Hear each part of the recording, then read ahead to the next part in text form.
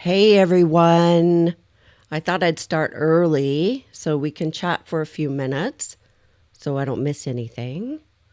How is everybody?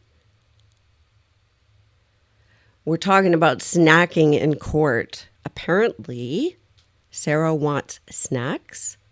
I didn't hear that. Up here, we can't even chew gum in court. We can't drink coffee in court.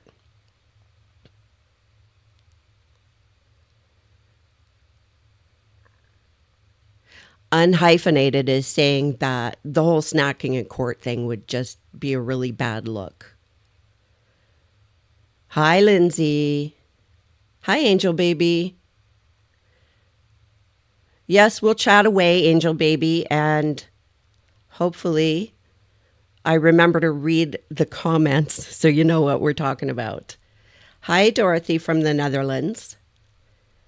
And Sydney, Australia. There's a couple of you from Sydney. I hear it's midnight there. Hello, Cambodia. So I want to tell you, do you want to hear a funny story? Just because we have time. Alice Hill is saying Sarah gets 2 bag meals, breakfast and lunch. Oh, really?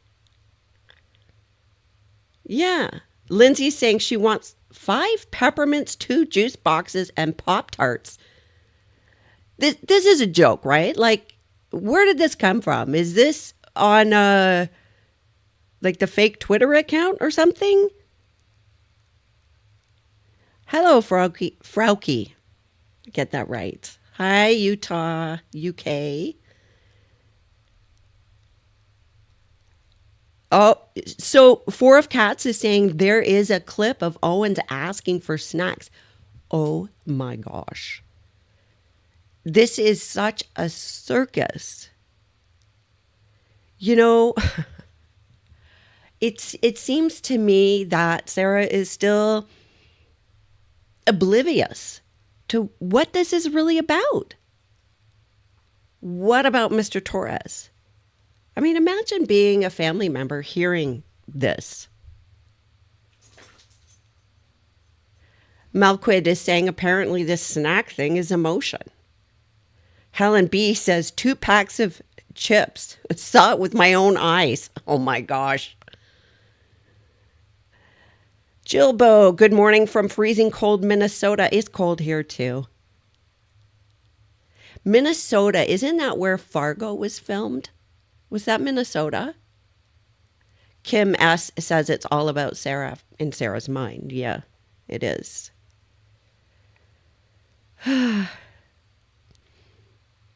So up here, we can't chew gum. We can't have coffee in court. I mean, you get in trouble. The clerk will yell at you. So one time, we were getting ready to start, and the federal crown was there, and we're all standing at council table talking. And the judge came in, and it was unexpected. We thought the judge was going to be late. And the federal crown had his briefcase open on the table, and he had a cup of coffee there. Well, when the judge came in, to avoid getting in trouble, the crown put that coffee into the briefcase so that the judge couldn't see it. Well, he forgot about it, closed his suitcase and picked it up, or briefcase, and picked it up and walked out the door with coffee pouring out the sides. It was hilarious. 4 of Cats says Lane was embarrassed, you thought? Really? Do you think? I kind of think he's got a thick skin. Malquid says, if this motion actually comes into court, it will be the fastest denial ever. Well, before I came on this morning, I did check the docket, or the court website, and I didn't see anything like that. But that doesn't mean it wasn't created. It just may not be up yet. Oh, Lindsay's saying Billy's face was a picture. That he was scratching his head while Owens was talking. Oh my gosh. Hi, Bonnie from Muskoka, Ontario. Love that area. I've been up there quite a bit. Jilbo says, Lane was face palming like crazy? Really? Oh, Frauke's asking about what a Pop-Tart is. It's kind of like a little pastry, but Frauke, it's not as good as the pastries that you would get in Germany.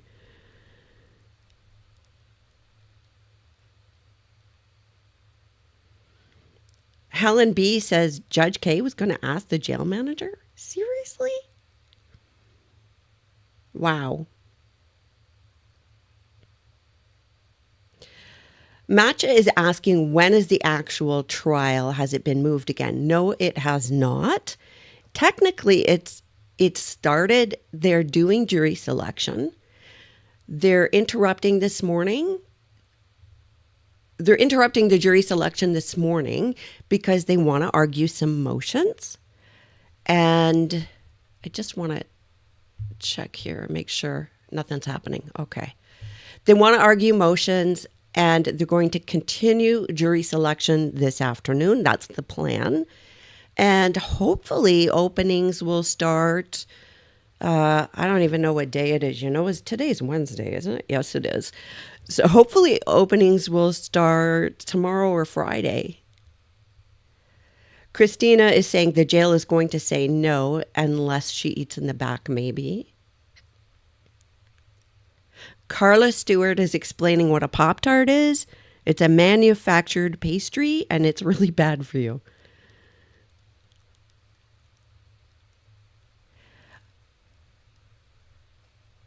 Malquid is saying, I think Owens wants this peripheral drama.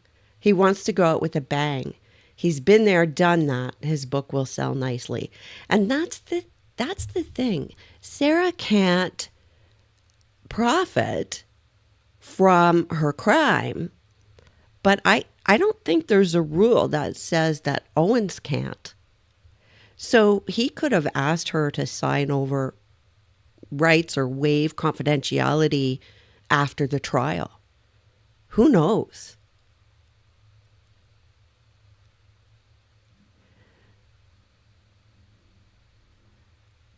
Four of Cats is saying there are cookies in the bagged meals. Why isn't this good enough?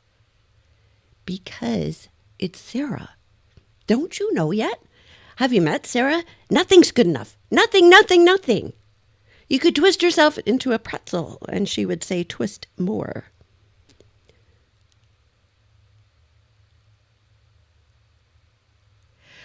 That is saying if the jail allows it for her, they will have to allow it for everyone, for all inmates. Yeah, and that's the thing.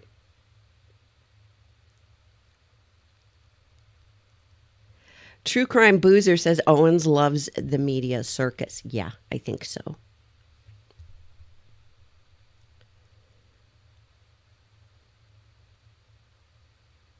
Christina says Sarah's entitlement never ends. Yep.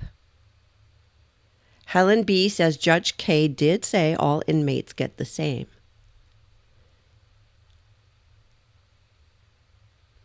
So I'm just going to check and see how we're doing here. Okay. Not yet. 2.5 minutes. Sarah Billick says you could twist yourself into a pretzel and she'd want you saltier. Yes, we can get pretty salty here.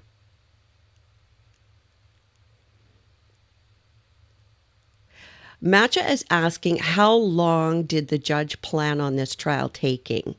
So the last I heard was 3 weeks, and he said it should be over by or before November 1st. Hello, Eva from Germany.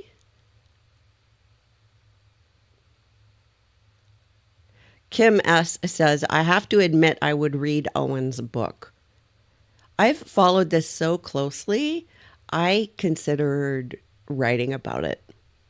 But I would want to focus more on the people around her rather than her, right? The impact. Hi, Kristen. Thanks for your comments. Hello, Norway. Jane is saying Sarah Boone is creating a precedent for future inmates. What a disgrace. Yeah, I think they'll find a way to kibosh that.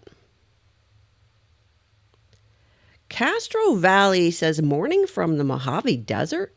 Seriously? You know, you guys could say anything. I wouldn't know any different. Four of Cats. I would love for you to write a book on this, Lori. I would grab that so fast. I wonder if I could get away with all the snark. My son tells me that I should have my book in the background somewhere, and I keep forgetting to do something. It's not like there's somewhere to put it on display.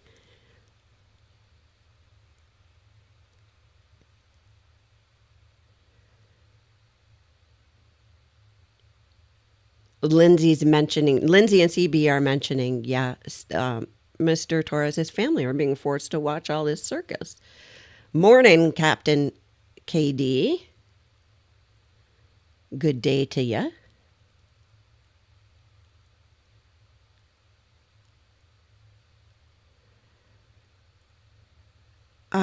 Someone's saying she wants commissary every day.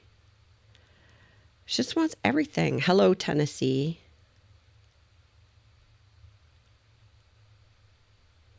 Good morning, Italy. Rel is saying, I heard she might use the Pop-Tarts or whatever for makeup. I think she was wearing makeup yesterday. It seemed to me, looking at her photo, it looked to me like she was wearing makeup. Oh, hey, someone here from Winter Park, Florida. Sarah's old neighborhood. Oh, someone from Nice. Oh, Eva from Germany, but you're in Nice, France. Nice.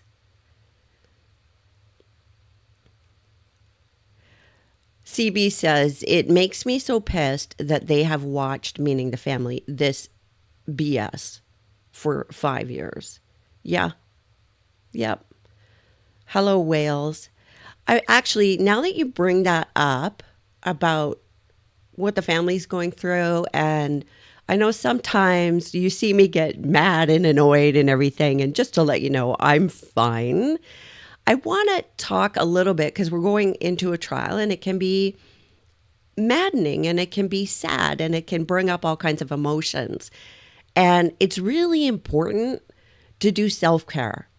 And I wanted to try and redirect you at the end of every live stream to something that was funny or beautiful or interesting, something that wasn't Sarah Boone. But it turns out I can't redirect to anything other than a live stream or premiere.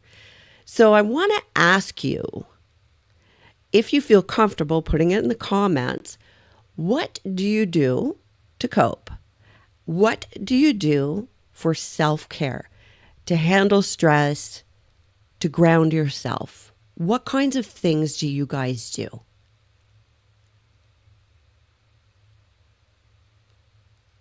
Kat and KD, you can buy my book off of Indigo. I think they'll even deliver it to your house. So what do you guys do to cope, to de-stress? Elle says she draws. Alice, diamond painting. Four of Cats, I make bread. Oh, that's great. The kneading of the bread would really get some of that out. Crochet. All very constructive, creative people in here.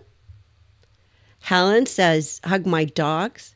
Stephanie says, sit in the sun with headphones on. Yeah. Carla meditates and practices yoga. Gregory, go for a walk. Scrapbooking. Coloring. Simple things like play with my cat. Watch old TV shows. Walking. Addie says she swims and runs. Ooh, good. Journaling, work on my house. Yeah, when you need to get out of your own head, these are great. Spinning tops from Canada? I don't even know what that is. Singing, painting, taking a walk. Yep. Music's great. Prayer, puzzles, talking to somebody, going outside. You know, they've proven that going outside where there is green actually changes the structure of the brain in a positive way.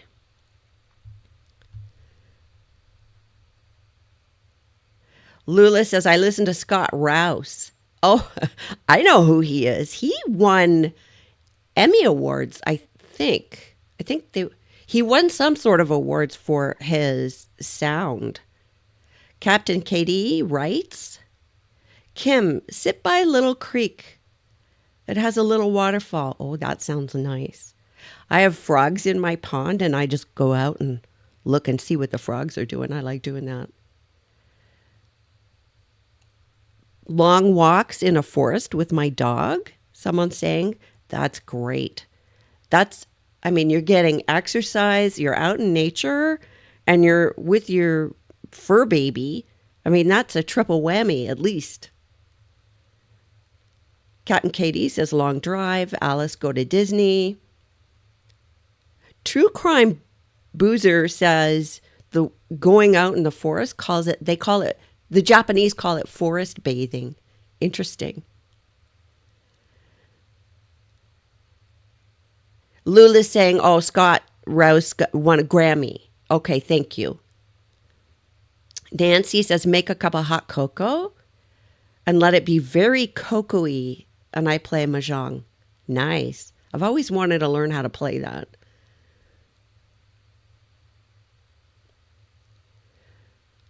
Draw, walk the dogs, hug the dogs and horses, sports. Yep.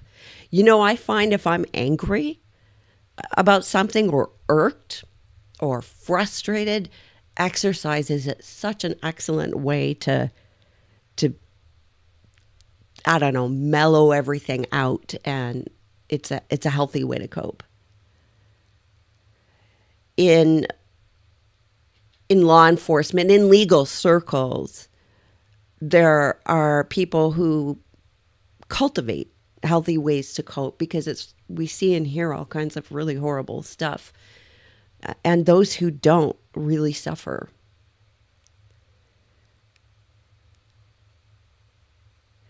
Hello Baby says, I make things with clay and paint them. Nice. True Crime Boozer says, channel that rage. Yeah. Yeah, why not take that impact of that trauma or that frustration and channel it into something that's actually good, helpful.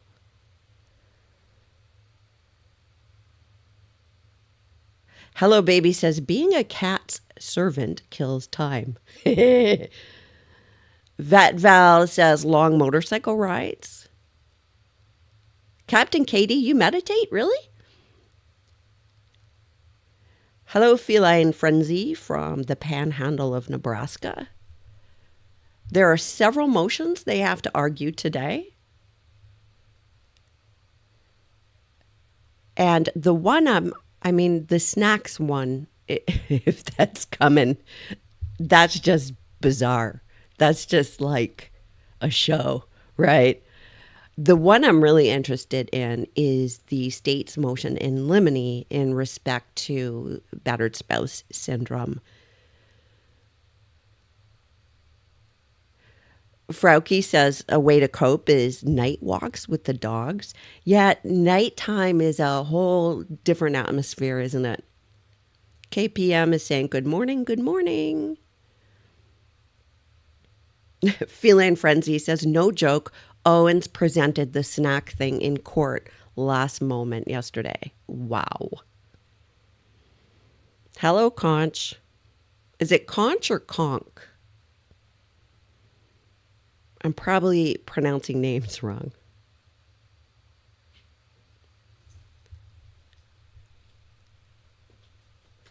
Okay, so we're still waiting.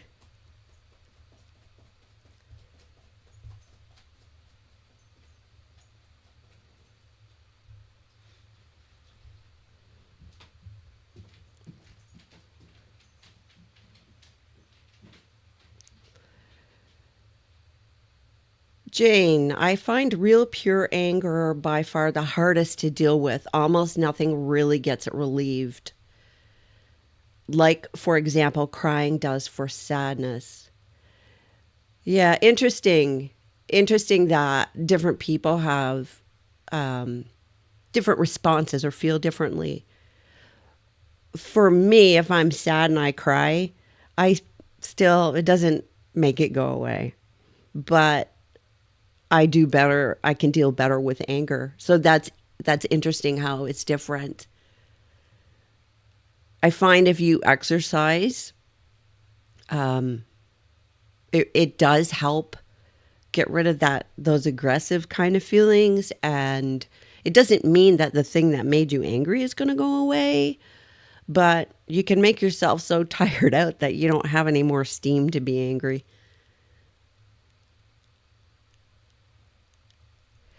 Jane is saying, I'm going to lose confidence in the U.S. justice system if Judge Kranick allows Sarah eating during trial. You know what? If Sarah is allowed to eat during trial, the jury's seeing that. And what does that say about her level of respect for the court, for the jury, and for what they're there for? What impression would that make? Helen B., do you think the court will have words with Owens about wasting court time? I think the judge is going to give Owens a lot of leeway. And if he has words about that, I don't think we'll hear about it. I think it'll be at sidebar. Hello, Jessica. Conch shell. Conch is telling me how to pronounce the name.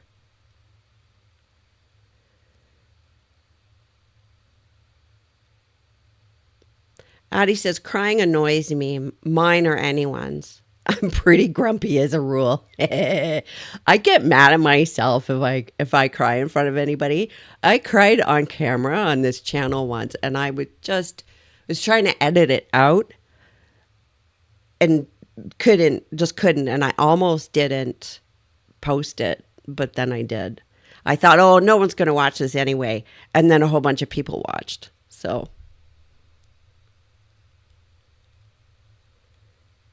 Unhyphenated says, if I'm sad, it's like crying makes it worse for me. Yeah, different people have different ways of coping.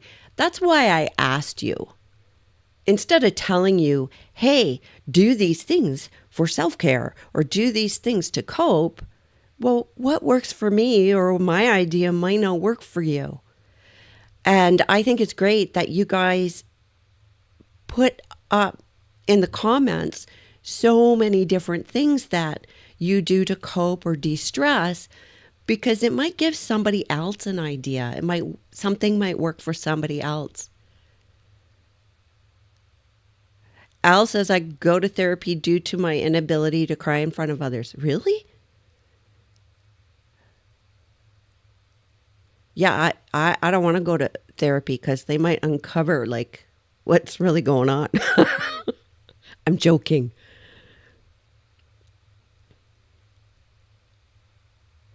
True crime boozer. In any interview, they always zoom in when there are tears. Yeah.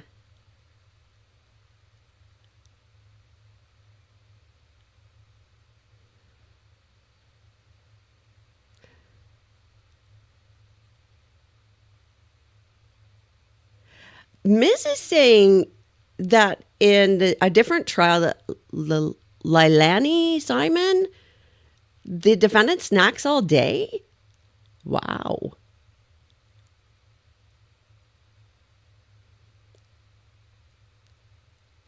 Oh, Addie's saying, when I turned 13, my mom bought me the book, The Portable Curmudgeon.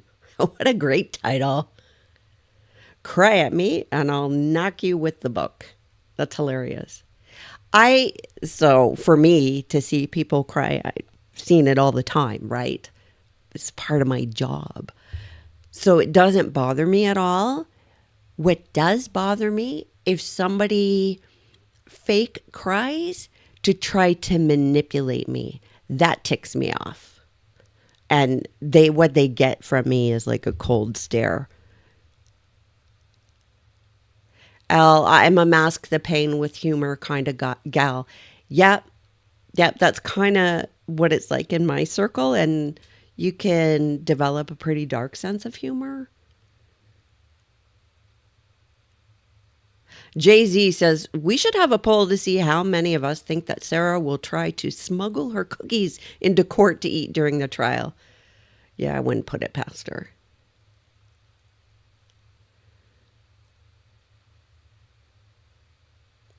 Diana says, I cook and quilt and bake to de-stress. You're saying you're late, Diana? Well, we're just gabbing right now because we're waiting.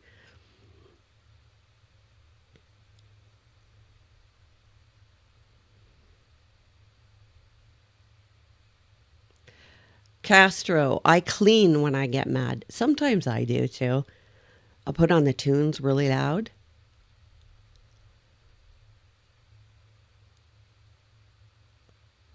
Lindsay saying Sarah Boone has no diagnosis, no diabetes, no sugar levels problem. So she's at it again. She does it in prison too. Yeah. Addie says she'll smuggle in her stupid cheese. Really? Conk is asking, are they doing the motions first? Yes, they're doing the motions first. And they have not finished seating the jury. They're going to finish that this afternoon, hopefully.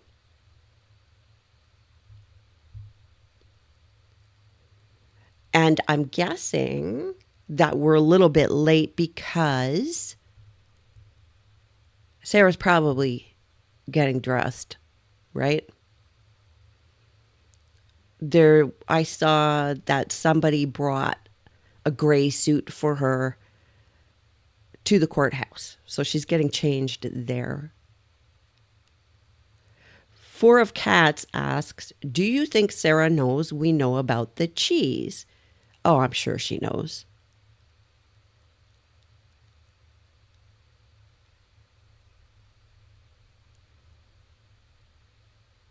Cookies is asking about ads. YouTube controls ads. Jilbo, my husband cleans when he's mad. Don't think I haven't used that. Oh, she says she's just kidding. Conk says, because Sarah hasn't finished her breakfast, that's why we're late.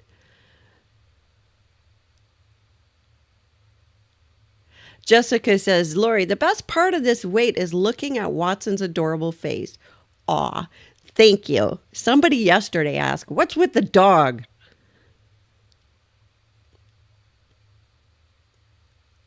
Ray says, I tend to laugh or get angry instead of crying. It's a rare occasion for me to get tearful. That's usually out of frustration.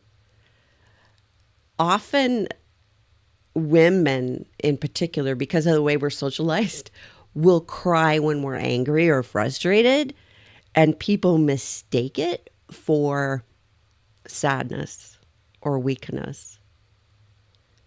Oh, we're doing the Sarah crosses the road again. Sarah crosses the road to any emotion that makes her feel special. There was a song, I think, in the 80s. Oh, gosh. I can't remember the artist, but it was I'm Special. Do you remember that?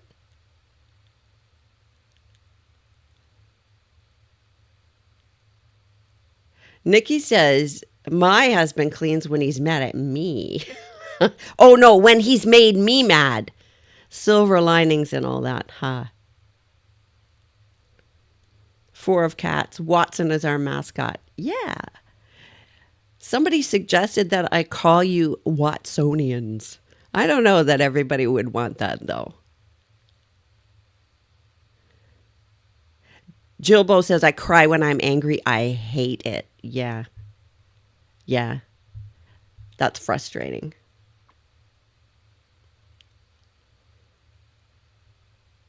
So, I don't know what the heck the holdup is here. Poll for Watson live cam.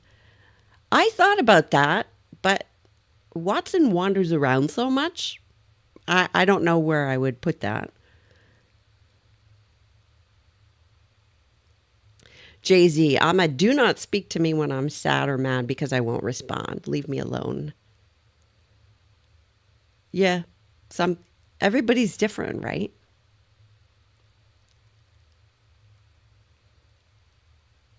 Oh, Addie's saying, "Oh, I do cry like a freaking waterfall at weddings and graduations." Yeah. I will, if I'm not at work, I will cry when I see somebody else cry. If I'm at work, though, it's a whole different, you're in a whole different mindset. Isaiah is saying, I bet it's delayed because Sarah forgot her clothes again. No, she didn't. They brought clothes to the courthouse. So I don't know. Maybe she's is taking time to get her dressed. I don't know. Al is asking if Watson is cuddly. Very much so. My little Velcro dog. And Watson would not cuddle me as a puppy. I wanted so bad to pick her up and snuggle her. She bit me so much. I was covered in cuts and scratches. And it wasn't until she got bigger that now she wants to cuddle all the time. And she's 95 pounds. So sometimes it gets interesting around here.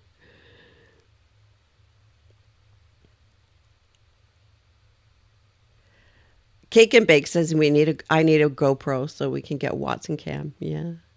Helen B says children crying always gets me. Yeah. For me, I could handle anything at work. I mean, you saw everything. But the two things I found really difficult were harm to children and harm to animals. Those two things always got me. Still do.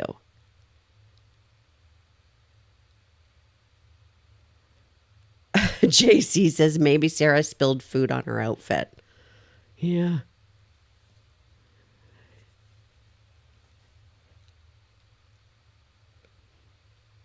True crime boozer. Sorry, I keep mispronouncing your name, your handle there. For sure, it's delayed because Sarah is Sarah-ing. That's a good way to put it.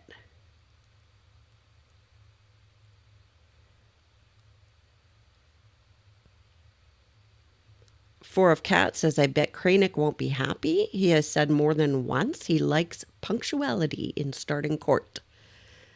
Yeah, court never starts on time. Wonder. Okay. I am going to check another source to see if I can. Whoops. To see if I can get more information here about what the holdup is.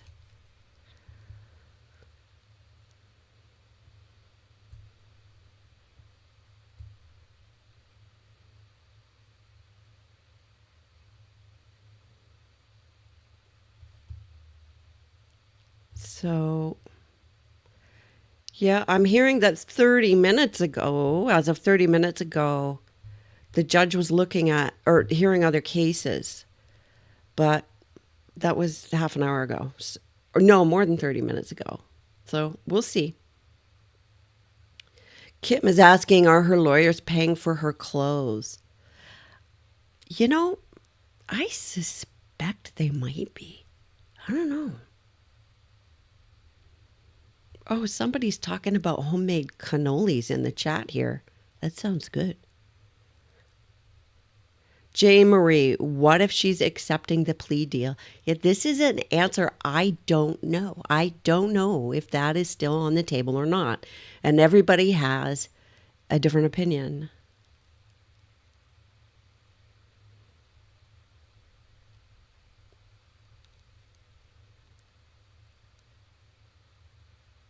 Yeah, Jay-Z is saying, I thought once jury selection started, Sarah couldn't accept the plea deal, and I don't know the answer to that.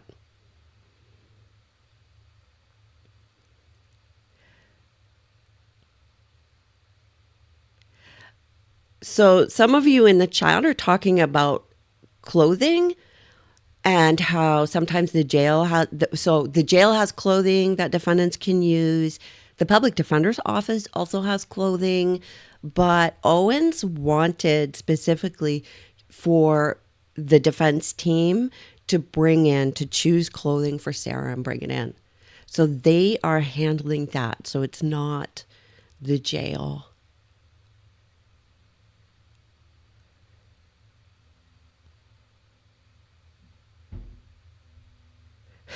Lizzie says, I'm really glad Watson is in the background. I don't need to see any more of Sarah's face. Melquid is saying they're not streaming today. I don't. I think they are. I think they are. Hang on. Let me. Yeah, they are.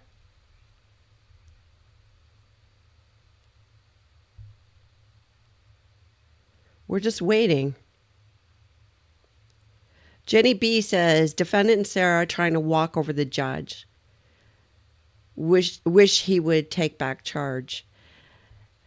The thing about being in that position, being a judge, is having an ego and catering to that is dangerous because it sets you up to make poor decisions that could lead to an appeal.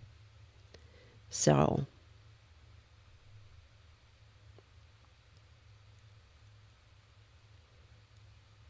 unhyphenated, no way will Sarah take the deal now because this trial has been her dream. Yeah, I don't know. I don't think the trial has been her dream, and I also don't think that she wants a plea. And the reason I say that is because my own opinion, and you can think whatever you want because it's just my opinion, I could be wrong, right? Is that she can't accept responsibility and she cannot handle the idea of anyone calling her a murderer. She cannot handle being found guilty. And I think that that's why she has delayed this for so long. She wants to be completely exonerated or she would just sit in pretrial custody forever. So I think it's more about her perception of herself and her need for people to perceive her in a certain way that really drives her. That's my opinion. Addie says Judge Kranick has slammed her good on some things, but let her get away with a lot. He's on a tightrope, I guess. Yeah, I think so. True Crime Boozer says she's shocked that her letters didn't get her charges dropped. Buddy says it starts at 9:30. It was supposed to. By the way, oh, sorry, I was looking at chat. When it comes on, sometimes my mic and the courtroom sound are vastly different. So if it's too loud or too quiet, let me know how the sound is, and I'll try and adjust it. Frauke, if they would offer her time served, she would take the deal and bitch about that. She would never had the chance of a fair trial anyway. Helen B says Judge K will get his chance at sentencing.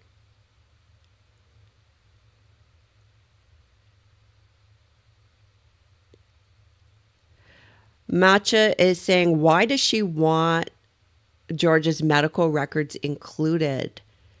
So when the state argued about that, he talked about relevance, and it appears that the prosecution thought that the reason for that was to prove some sort of violence in the relationship, except the medical records showed George as a victim, right? Somebody in the comments mentioned something, and I thought it was a really good point. And the person said, this may be Sarah wanting this in especially the part about George being beat up by his brother. She might want that in to justify why she's afraid of George's family. The problem, though, is that's irrelevant. What his family is like is irrelevant.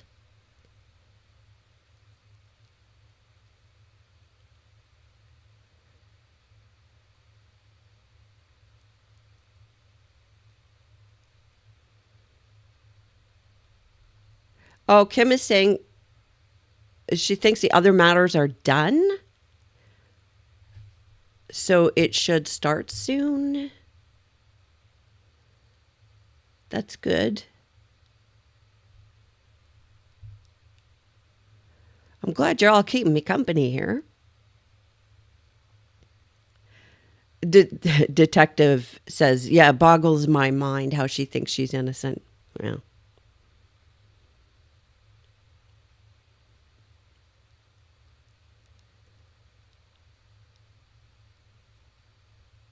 Kay Rees, I'm late. What's happened?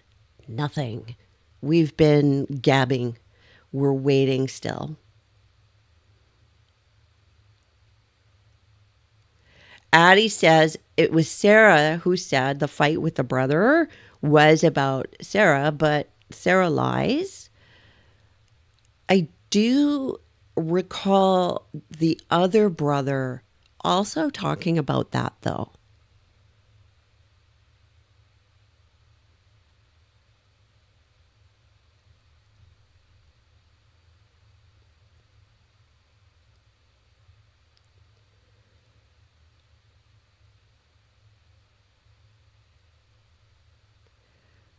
Frauke is saying George was not human to her. He was just a toy. Yeah.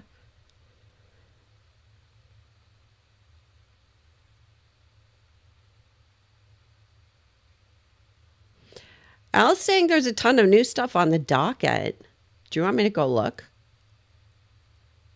I checked this morning and didn't see anything. Let me see.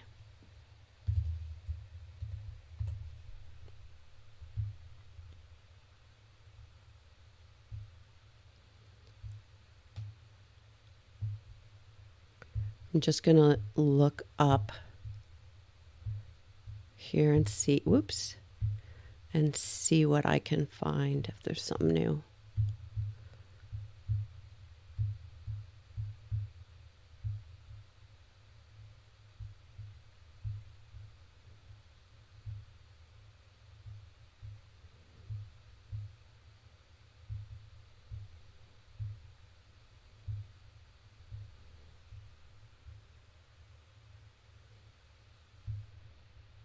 Okay. Oh, there is. Should we look at these?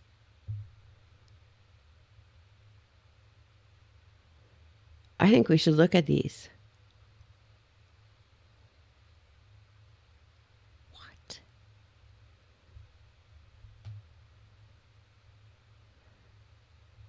State's response, defendant's fifth amended reciprocal discovery exhibit list. Let's look at this.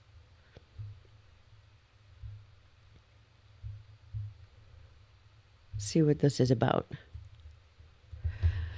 The state objects to the defendant's use of state exhibits in that many exhibits the state can introduce, but the defendant cannot. For example, the state may introduce hearsay statements of its party opponent, the defendant, whereas she would need another hearsay exception to introduce her own statements.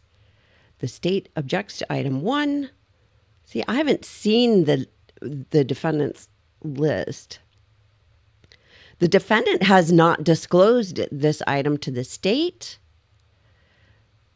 The state does not object to item 2 if it is the 81 pages of records sent to the state on September 27, 2024. No custodian of records needs to be called by the defendant. This lack of objection, as with all lack of objections, is contingent on the court's ruling regarding battered spouse syndrome evidence and all prior acts of violence being allowed into evidence over state's objection due to the defendant failing to set forth a legally recognizable claim of self-defense.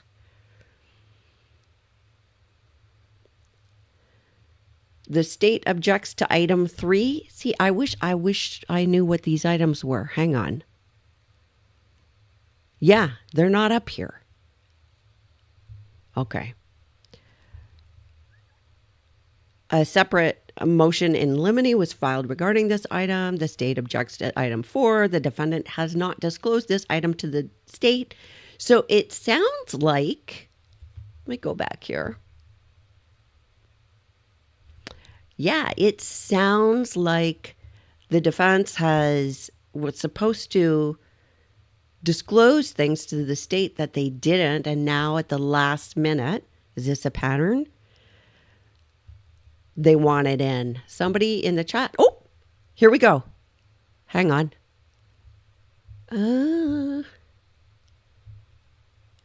Thank you.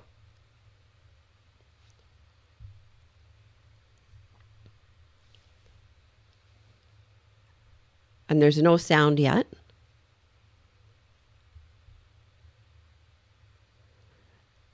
See, that's a nice suit. I would like that.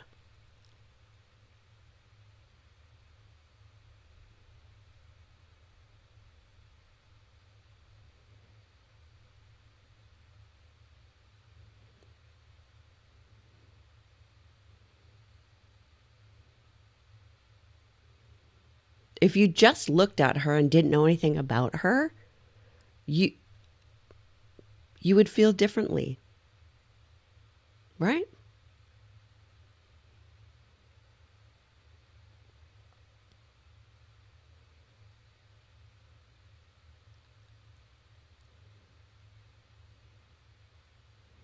Oh, I see Mr. Henderson. I think Tony Henderson is there.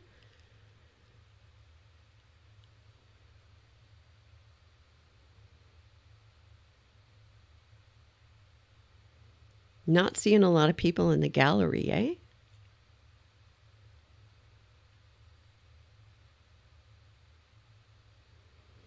Ms. Jackstar says, looks like she got her hands on some makeup, yeah.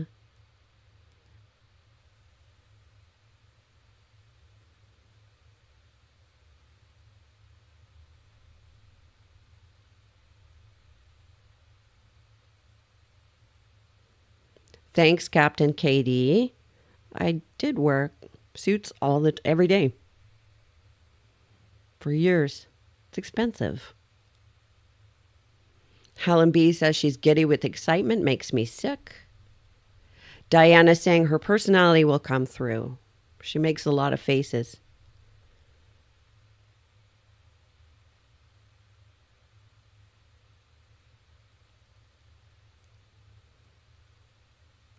Criminal Minds is asking, can anyone read lips here?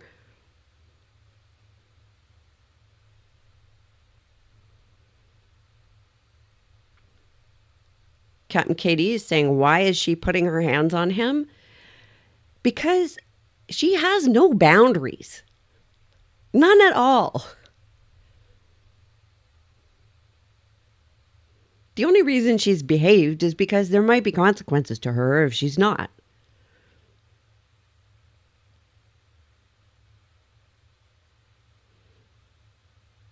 Captain Katie, I was in uniform. Yeah. Yeah. At least you don't have to match your clothes. It's funny the way people can be in court, other lawyers, right? Like, look what he's wearing. He got it off the rack.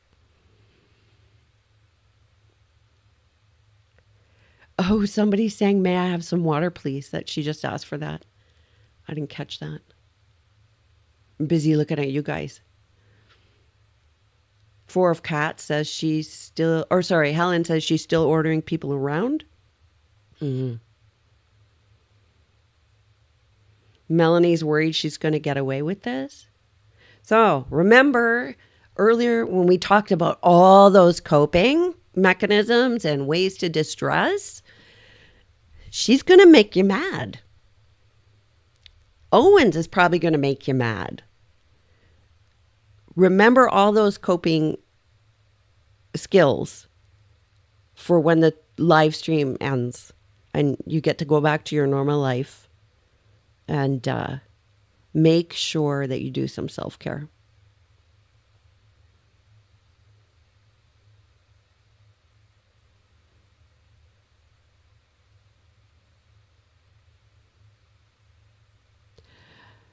Someone's saying Sarah is loving this. She thinks she's a boss, milking any bit of authority she has, I bet.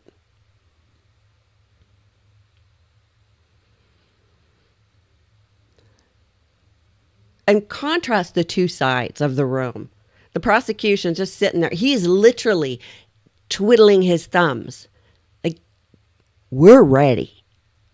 This side of the table is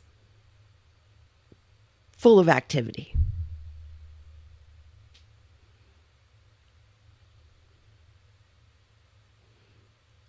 KPM says Owens is taking the staple out of her papers. Yeah, good. Diana is saying, I'm going to be needing pasta dough for lasagna to get all your stress out, right?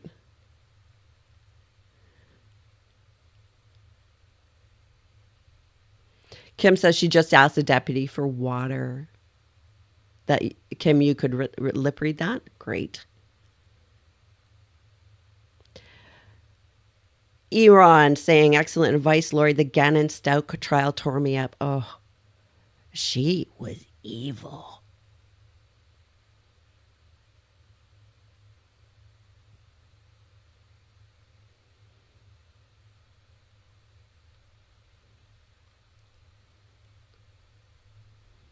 Still waiting for sound from the court.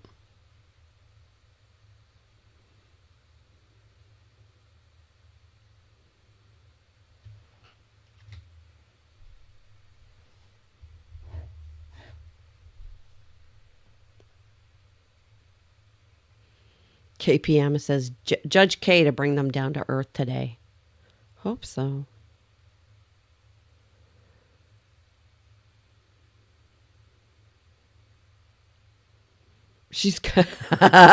They just brought her not a glass of water, 2 cups of water.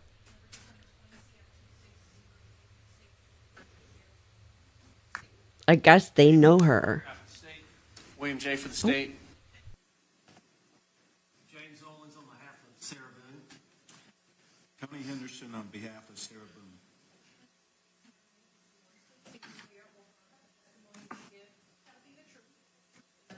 I do. Ma'am, good morning. Can you state your full name and date of birth for the record for me? Sarah Boone, 10-10-7-7. All right, Ms. Boone is seated at counsel's table wearing a gray suit and a white blouse. She is out of custody and unshackled. Mr. Beck, you arrived late, sir. Can I get your appearance for the record, please? All right, thank you. All right, we're here on a litany of different matters, multiple motions in limine. The state's motion in limine to exclude battered spouse syndrome evidence or exclude mention of battered spouse syndrome evidence until the defendant testifies to a justifiable use of deadly force filed October 6. Defendant's response to state's motion in limine to exclude battered spouse syndrome evidence or mention of battered spouse syndrome evidence until defendant testified filed October 15th, and then the defendant's amended response to same also filed October 15th. The defendant's motion in limine filed October 6th. The state's response to same filed October 6th. State's motion, objection and motion in limine to exclude decedent's medical records filed October 14th. And then the parties' objections with regard to specific exhibits that may be sought to be entered at trial. The court has reviewed everything and reviewed all of your case law, and we're ready to proceed. I believe we should probably proceed first on the battered spouse motions first. So state, you may begin. And I also have reviewed as well the excerpts of the deposition of both Dr. Warner and Dr. Harper as identified in the state's motion. Dr. Harper as identified in the state's motion.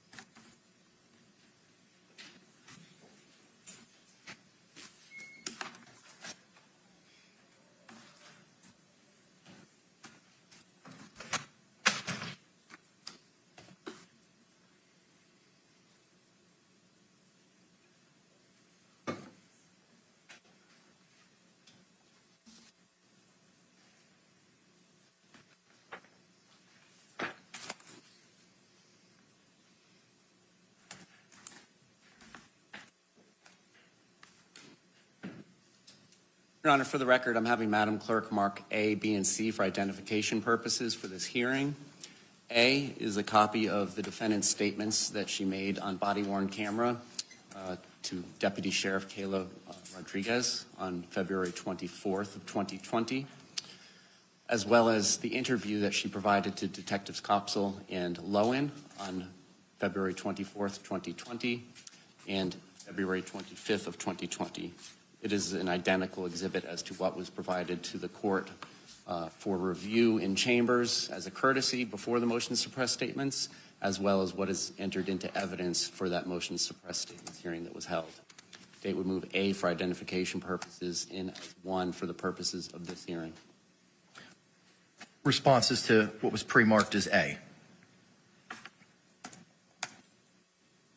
No objection.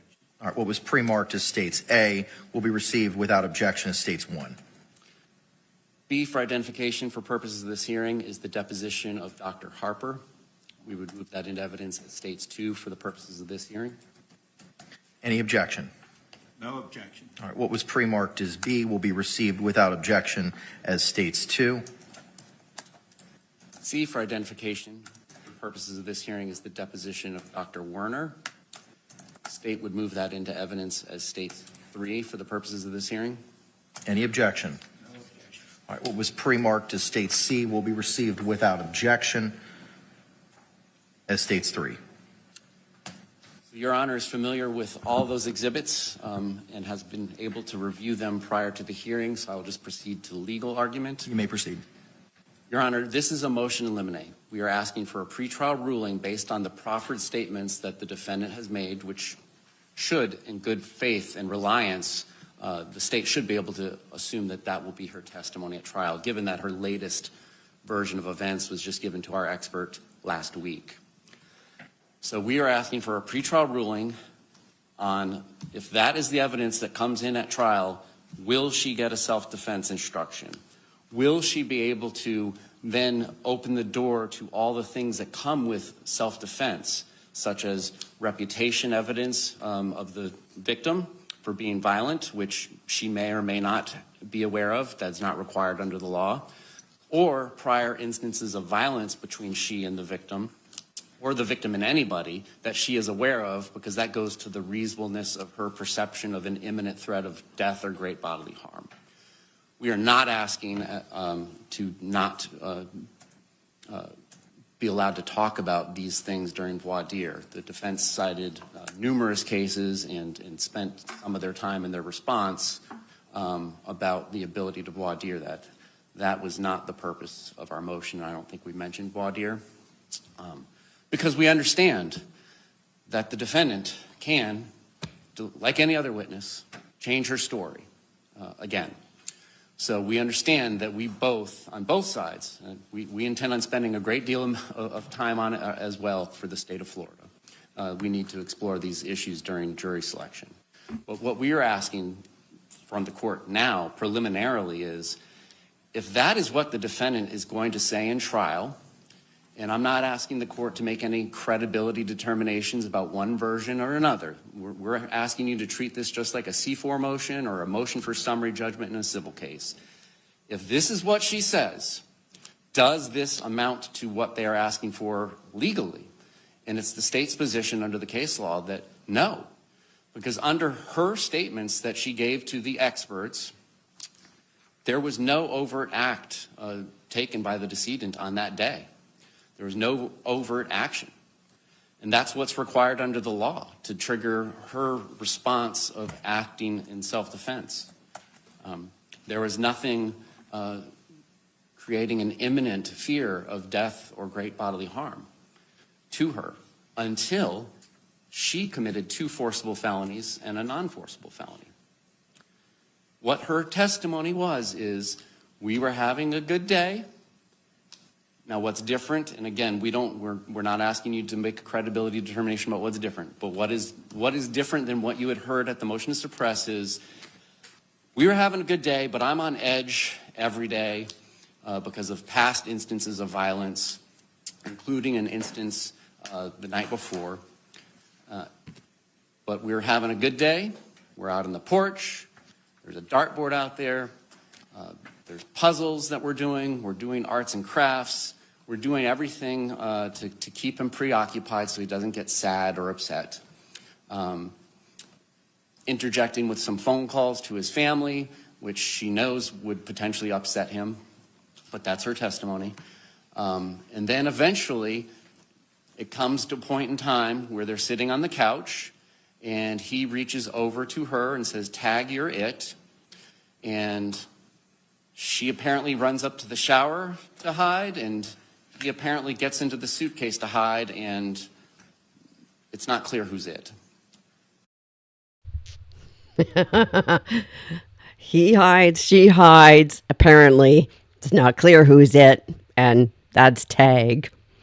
I wanted to point out something here that in his argument, he's saying that Sarah told the expert, this is according to the depositions, told the expert that she was on edge, that even though nothing bad happened that day, because they were having a good day and having a good time and enjoying each other's company, even though she was, as she says, placating him. Anyway, apparently she's saying the night before there was an incident. Well, when she was in her interrogation with police, she said there hasn't been anything for a long time.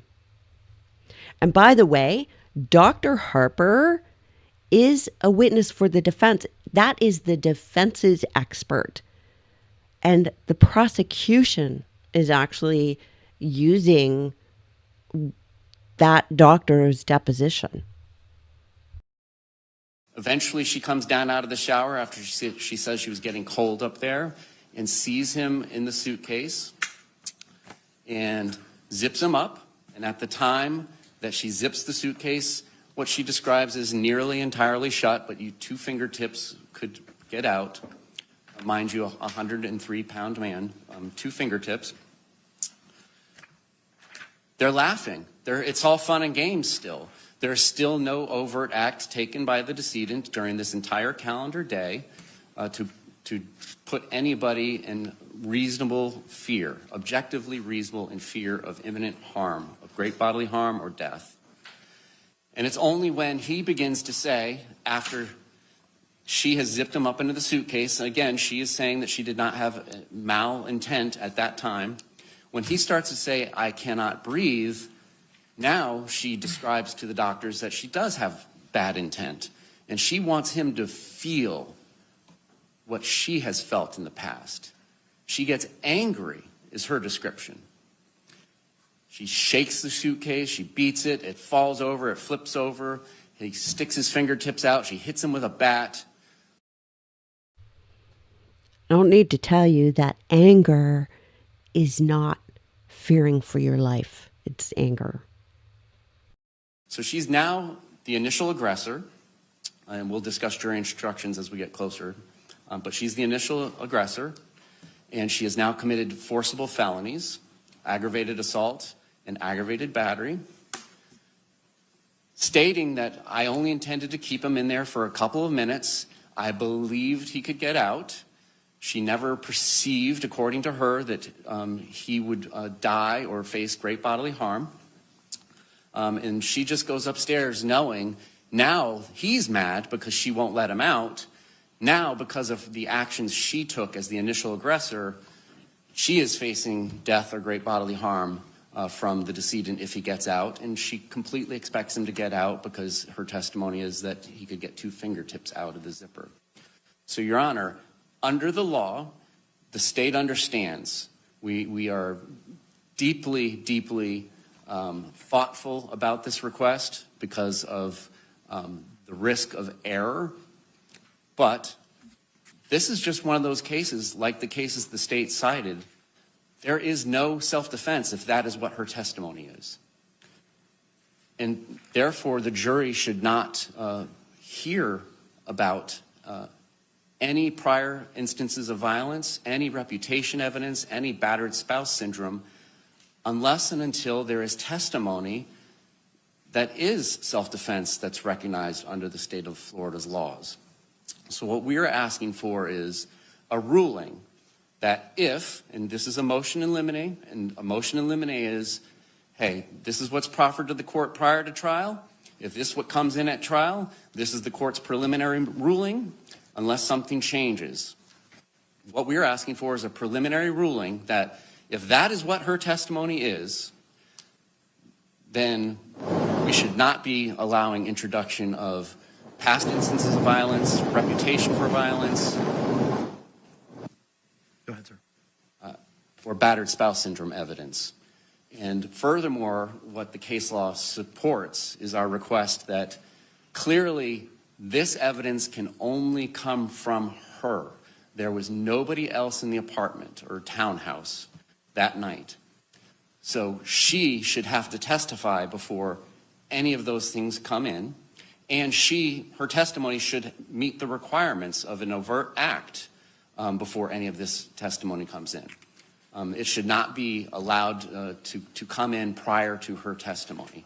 And under the case law that the state cited, it's not unfair. It's not forcing her to testify. She chose to raise battered spouse syndrome. The state completely understands we have the burden of disproving self-defense beyond a reasonable doubt. But what the case law says is we shouldn't have to combat this. We can't put the toothpaste back in the tube until she actually puts forth the self-defense that justifies all this. So that is our request. We're not making any requests about voir dire because we understand she can come in and testify differently yet again at trial. And that's a discussion we'll have to have as well about how that will occur. The state's position is that if she changes her testimony yet again, she should have to give a narrative testimony. No attorney should be allowed to participate in putting forth new testimony about the events of February 23rd. Thank you. All right, thank you very much. Response.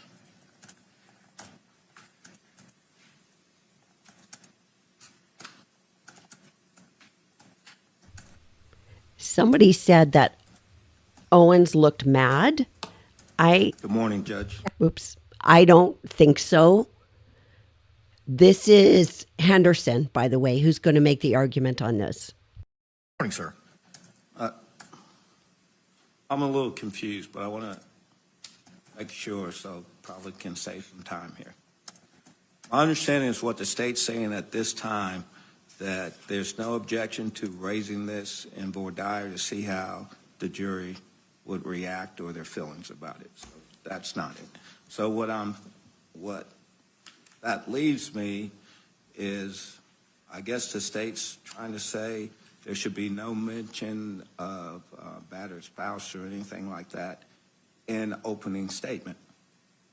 That wasn't my takeaway either. My takeaway from the motion and the state's argument today is from a evidence perspective, concepts or testimony or even opinion evidence about battered spouse syndrome cannot be raised, including any of the reputation or specific instances of conduct that are contemplated by self-defense until there's a factual basis for it.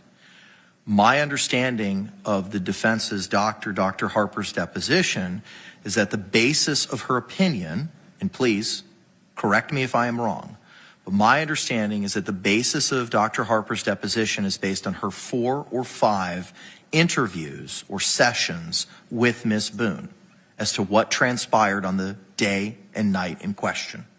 Is that accurate? I need to confer. Sure.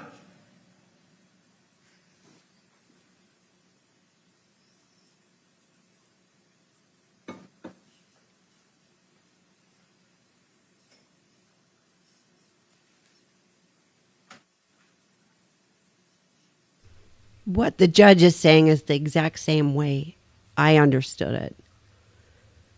It's odd that he's saying he doesn't understand. Judge, if I could have you repeat that question. Sure. So my understanding, well, let me ask, I'll ask a more of an open-ended question. What is the basis, factually, of Dr. Harper's opinion? So if we were at trial right now, for the purposes of this exercise, and you were going to call Dr. Harper to testify, what is the factual basis component under 90.702 in order to get her to testify. We're not dealing with her CV, her credentials. I'm not sure the state's going to have any position with regard to those, but let's just assume the state has no objection with regard to her credentials and that she is in fact an expert based on her knowledge, training, and experience in her field. What is step one under 90.702 to allow her to testify? What is the sufficient factual basis of her opinion? Judge, I think her opinion would be based on several different things. Mainly, one of the things that her opinion would be based on is her interaction over the course of time with our client, Ms. Boone. That's one. But Dr. Harper has also reviewed other evidence in this case that helps her form the basis of her opinion, and also her knowledge of battered spouse syndrome. That has to be taken into account because, quite frankly, Judge, people who suffer from certain things. Henderson is not actually answering the question. So the question does encompass, so his answer about Dr. Harper's interactions with Sarah and corollary evidence matters, and yes, but the judge is asking specifically, what evidence, how are you saying that this is self-defense? What is it that you're saying? Because all of the previous statements by Sarah Boone is, it was a good day. It was not intentional. Nothing happened. Nothing happened for a long time. We were good. We'd been good for a long time. And the judge wants to know, well, hey, how is this self-defense? And Henderson starts by appearing to address the judge's question, but he sort of slips into something else. And so now this is derailed. I suspect, though, that Kranick is going to put him back on track because he's too sharp for this. They don't know. That's why you have to, like if you have to get an expert opinion as to someone's mental health situation. I mean, a person doesn't really know that they're suffering from a mental health problem. They have no idea in a lot of circumstances. What they do is they get evaluated by a doctor. The doctor has experience of what signs to look for in these things, and getting those signs with what they told in outside sources too. What he's saying is true, just as with mental health, you may not know if you're suffering from battered spouse syndrome. Yes, that's true. But again, it's slightly off the rails here. That's not what the judge is asking. The judge wants to know why we even get into battered spouse syndrome at all. What is the foundation for that? And it doesn't matter whether or not Sarah knew that she was suffering from that, if she indeed was. It doesn't matter because there was nothing that occurred on the night of the crime that should have or even could have led up to her being triggered into this existential fear. Henderson is still not addressing the question. And I hope that this isn't the way the trial is going to be, because it's going to be annoying as crap for anybody who's actually following what he's doing. And it's going to be confusing for the jury because he's making a point that is besides the point. They are able to make a determination based on their training and experience. So, But based on the Akendo case, which is cited by the state as to what battered spouse is it's an ambit of self-defense. So under the statute, are you traveling under 776.012 as your basis for self-defense. Yes, but this is the problem that I'm having here. Self-defense is a defense, it's an affirmative defense that's available to anybody. It's based on the evidence at trial. But what's the overt act? Because Right here, Henderson just made the same argument that the state made, whether he thinks so or not. He said the use of self-defense is allowed. It's based on the evidence at trial. And what the state is concerned about is that the evidence at trial, there's no indication at all that the evidence at trial is going to provide any kind of foundation for self-defense to be used. So he doesn't want them using it until there's a foundation. And Henderson just comes out and says, well, it's based on whether or not the evidence at trial shows self-defense. Well, that is what the state said. So he's dancing around here, and I'm not sure if he's doing it on purpose or not. in reviewing Dr. Harper's deposition, there were specific questions by the state inquired of her about the language, specifically in those statutes, about the imminence of fear. And she was unable to answer those questions.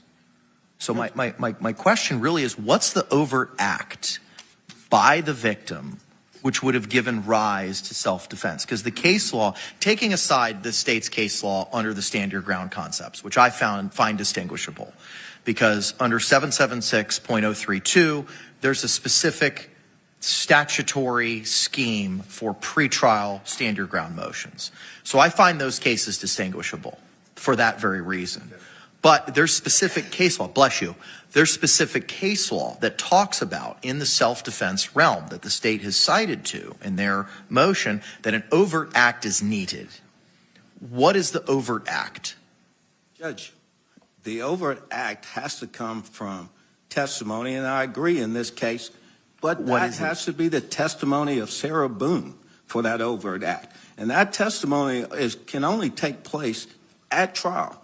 In making a determination of whether to give the self-defense instruction, it has to be based on the evidence presented at trial. I agree with you on that. I completely agree with you on that. And the case law is clear that if even there's a scintilla of evidence, I have to give that instruction. But we're not dealing with the jury instruction right now. What I'm dealing with right now is pretrial. The state saying you cannot proceed on battered spouse. There's two avenues in this motion. Avenue one is you cannot proceed with battered spouse because of the factual reasons based on Dr. Harper's deposition as to what she's going to be the basis of her opinion. Battered spouse cannot be entered. Alternatively, you cannot talk about it until there's foundation. That's my takeaway from the state's argument, that before battered spouse is argued or provided or opinion, there has to be that foundation to it. I don't understand why well, actually I do. The defense is making a big deal. The state is correct in what they're saying. They're correct. They're logical. It's backed up by the law. The judge agrees. And even the defense lawyer himself actually argued on the state side, maybe unintentionally. The fix is easy. The fix is easy. The fix is this. If she testifies and lays that foundation for self-defense, if that comes out, if there's evidence of an overt act, then you can start bringing in the evidence of battered spouse. The problem for the defense is going to be that she would have to do this right away, right off the hop at trial, in order to get that foundation laid so that they can proceed with the rest of the stuff, that the dirt that they want to throw at Mr. Torres. So, I mean, the fix is easy. Sure, we'll allow it in if she testifies to an overt act. It's not that hard.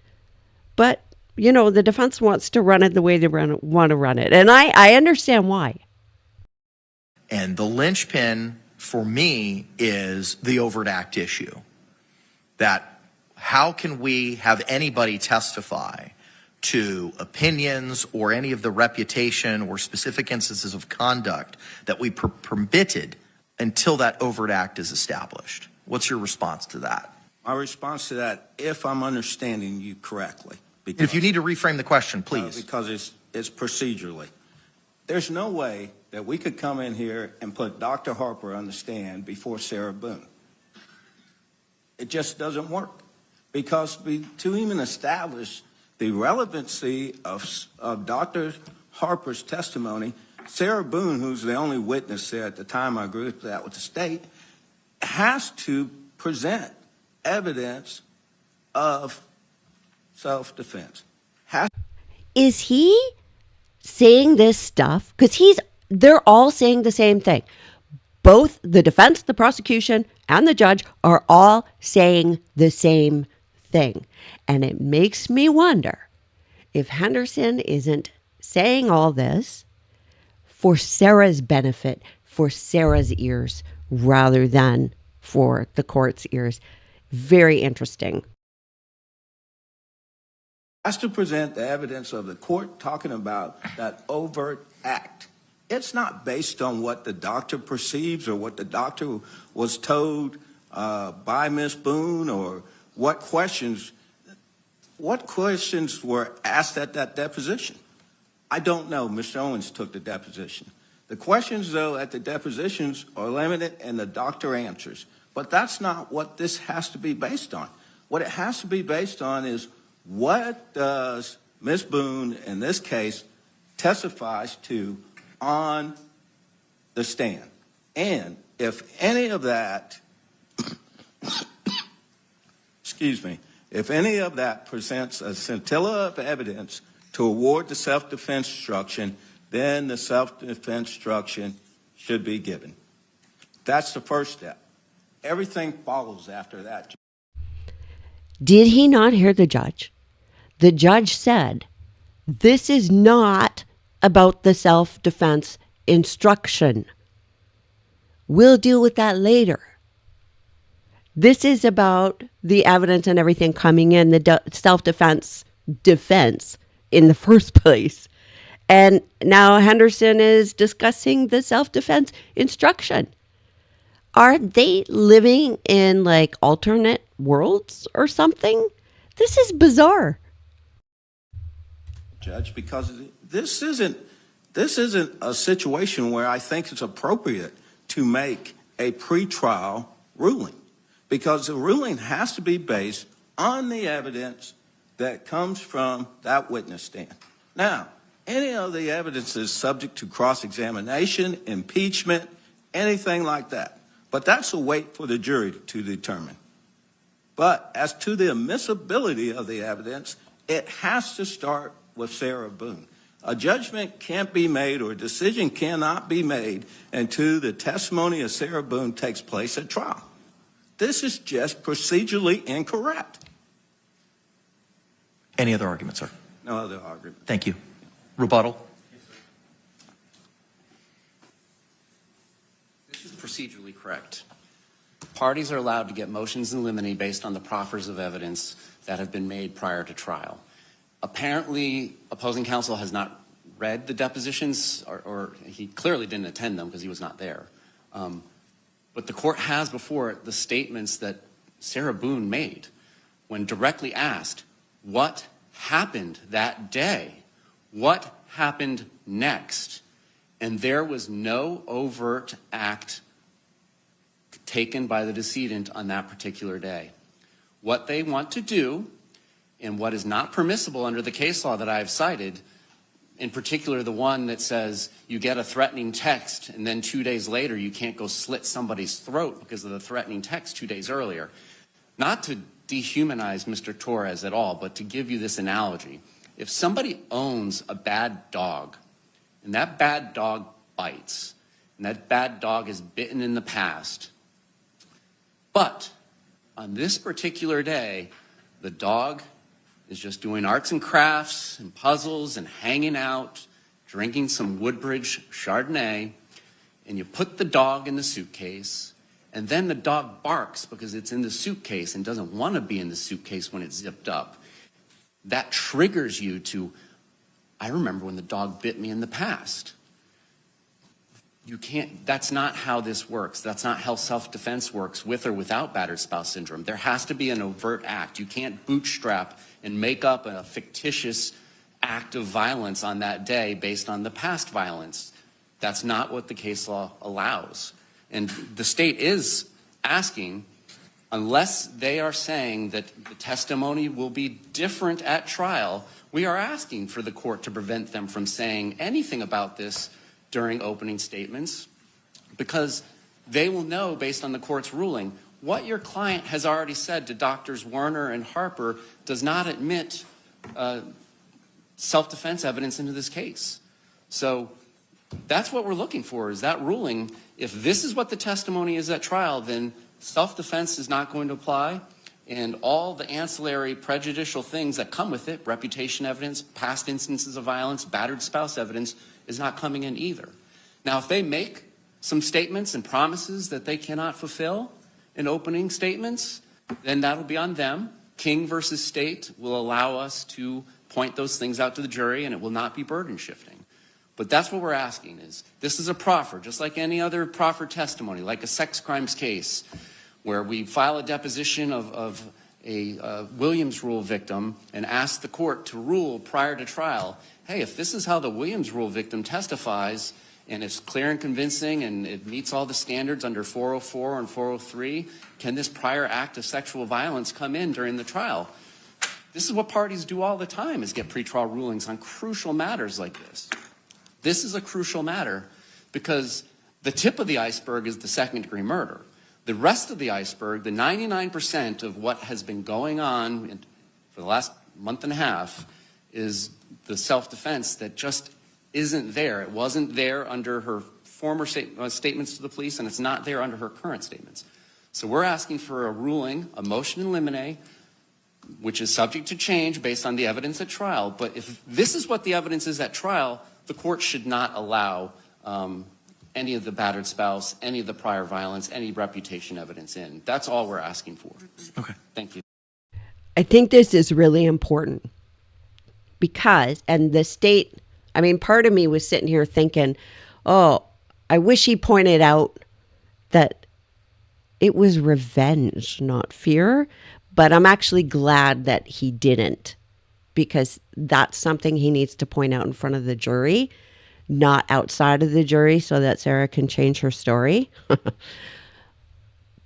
This is important because if defendants are allowed to just bring anything in, it will have a chilling effect on victims of crime.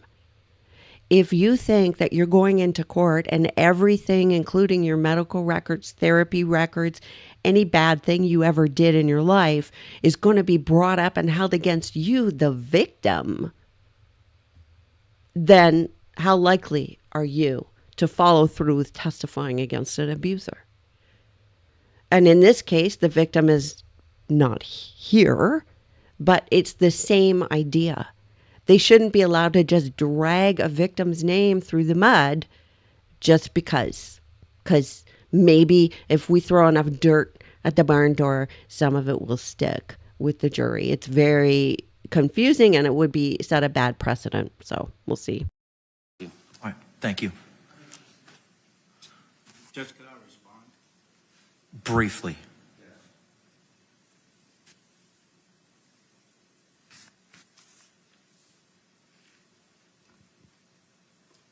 Judge, it is not the responsibility of the defense to present their case at a pretrial hearing.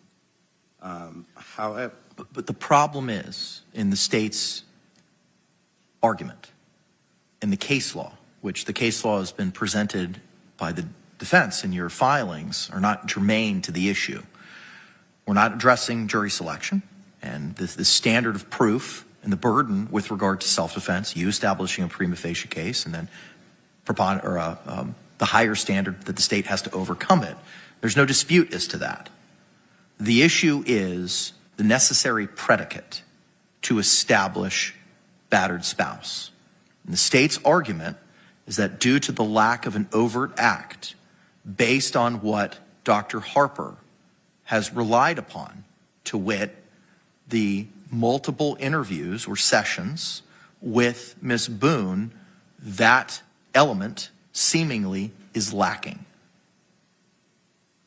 We all know what elements are, right? If it's a negligence case, it's duty breach causation. In this case, it's the elements based on the jury instructions are George Torres is dead, she caused the death, and it was done so in a depraved heart manner. I may have butchered that last element, but those are the elements that need to be established based on the jury instructions. Similarly with self-defense, the case law talks about the overt act. Yes, sir. And then the flashpoint of the defense's argument is that the facts which were provided to the expert, who in turn will testify to battered spouse, that flashpoint, that overt act is lacking. It's not, Judge, but I find myself in the position now to disclose what our view of the overt act is. Okay. That's what this is what this motion has put us into. So it's an exercise of the state to learn our theory or our view of the evidence, because the overt act is in the physical evidence. And the overt act is mentioned to Dr. Harper in the deposition as to the reaction of Ms. Boone by the overt act. And the overt act, I have to tell you, his hand is coming out of the suitcase. That means he's about to get out of the suitcase. Now, Oh my gosh, I cannot believe this. He's about to get out of the suitcase. How dare he want to breathe? How dare he want to live? How dare he not want to be forcibly confined? Are you flipping kidding me? That is the overt act? Honest to... I need an emoji of my head exploding. Honest to Betsy. This is ludicrous. So he's about to get out. How can she then argue that, oh, I went to sleep. I knew he could get out. I mean, how many iterations of this are there? How many parallel universes does she live in at once? Oh my gosh. Now, based on history and everything else, she doesn't have to wait to see what's going to happen when he gets out of the suitcase. It's clear what's going to happen when he gets out of the suitcase. It's followed up by physical evidence, because there's a picture provided of Mr. Torres's hand that shows a mark on that hand that it matches up with the bat. That's the overt act. It's like a gun, okay? You don't have to wait. You know what? Essentially, he has just argued. He has essentially just argued that she intended for him to remain in that suitcase indefinitely. Right?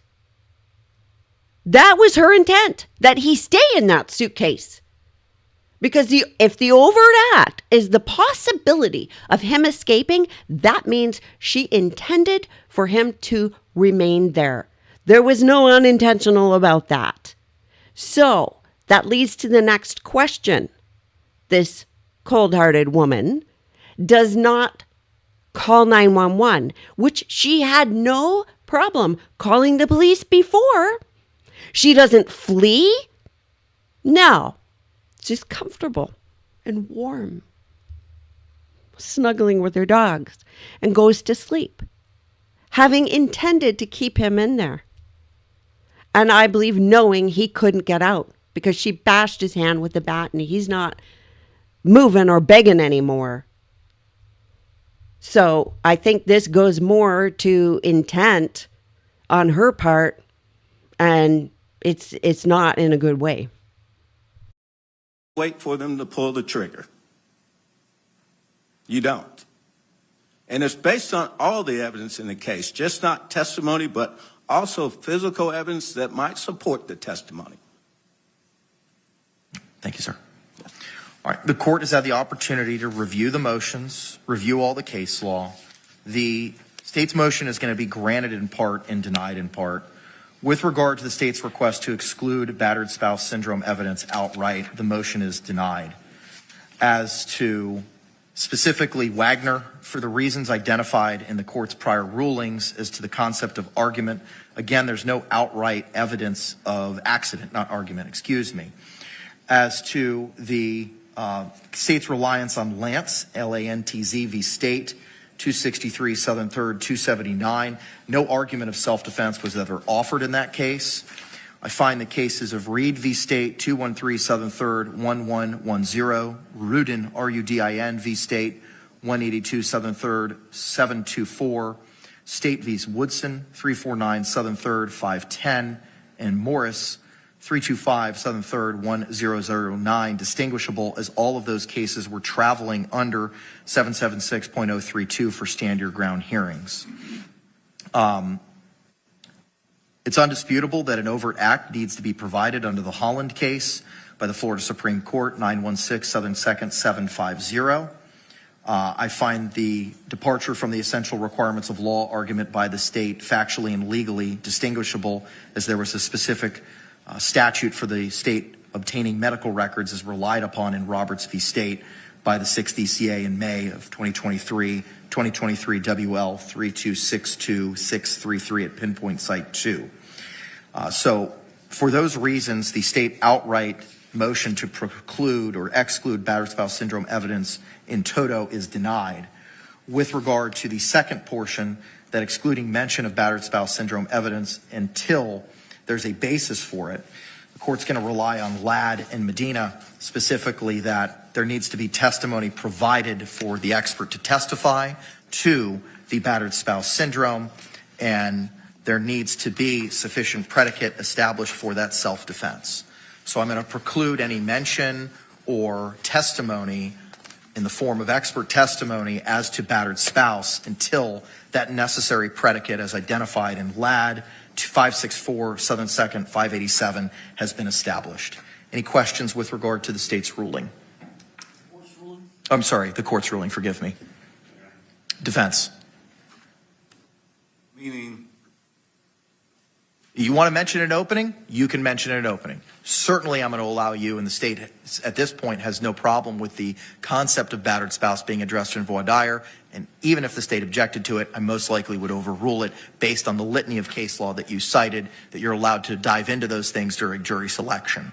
As to should the defense put on a case, the predicate under Ladd needs to be established before any expert opines to battered spouse.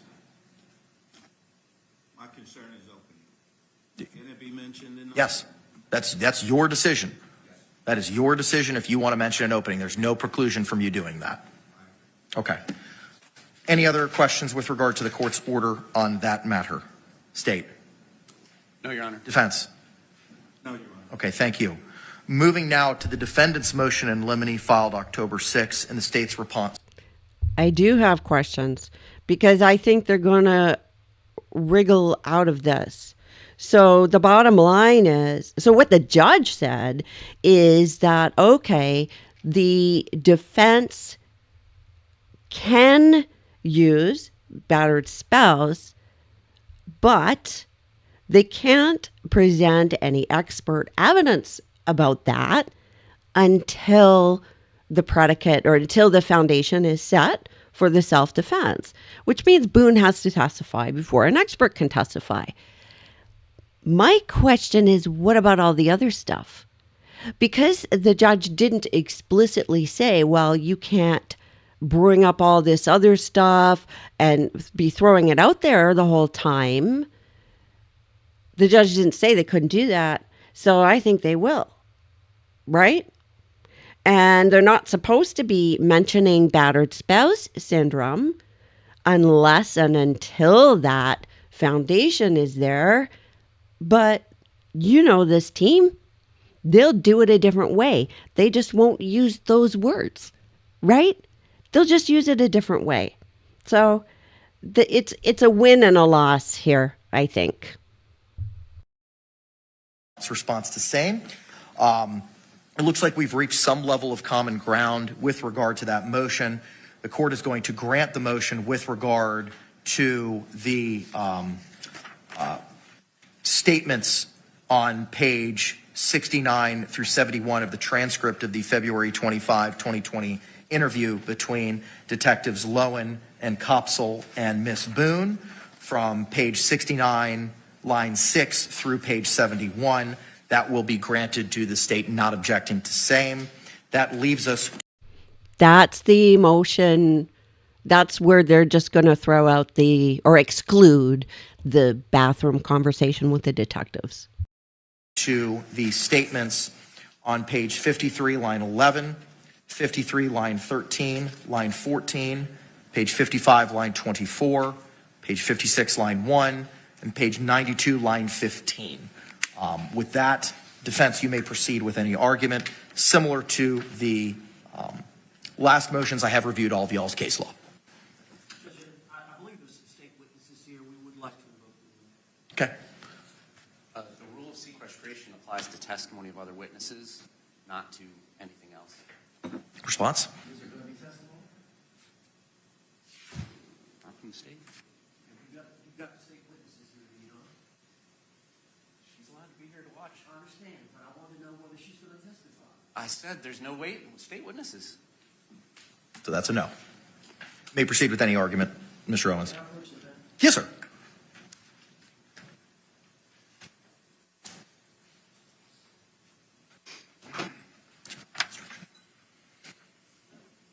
I have reviewed the 2.8 instruction prior today. Thank you, Counselor.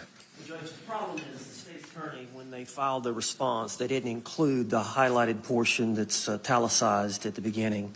Police opinions and statements regarding guilt are generally inadmissible and must be redacted from recordings introduced into evidence unless redaction would render the defendant's relevant admissions incomprehensible. If a recorded interview cannot be appropriately redacted, the trial judge must, upon request, give the following limiting instruction immediately before the recorded interview is played for the jury. That section, which is comments directed to the court, was not placed, to my understanding, in their response. Okay. I find that a little comical. Everybody knows what they're talking about in these back and forths with the motions. Owens doesn't like the way he wrote it. Yeah, okay. Any other argument? Judge, this was a 2-hour interrogation that occurred the day or two after the event. And the day prior to this time, or that morning, the detectives uncovered the 2 videotapes, the 2-minute video that Sarah Boone had recorded, and then followed up 11 minutes later with a 22-second video that she recorded and they found on her phone, which I believe from the interrogation discloses that Sarah did not remember making those recordings. But the purpose of law enforcement's position about having her come in was to interrogate her in an attempt to get a confession from her to the murder. They spent 2 hours trying to do that. By the way, the goal is not always to get a confession. The goal is to get information. Which way they possibly could. And the law says that they're allowed to use, and I cited several cases, I cited the Smith v. State case, the ODEH, O-D-E-H v. State case, and the Eugene v. State. And in those cases, I didn't see a citation to Eugene. I mean, Eugene's included in ODA, but I don't. Eugene is found. Do you need the cite? I have it. It's included in ODA, but you did not cite it in your motion. Okay. Eugene is 53 Southern 3rd, 1104. But law enforcement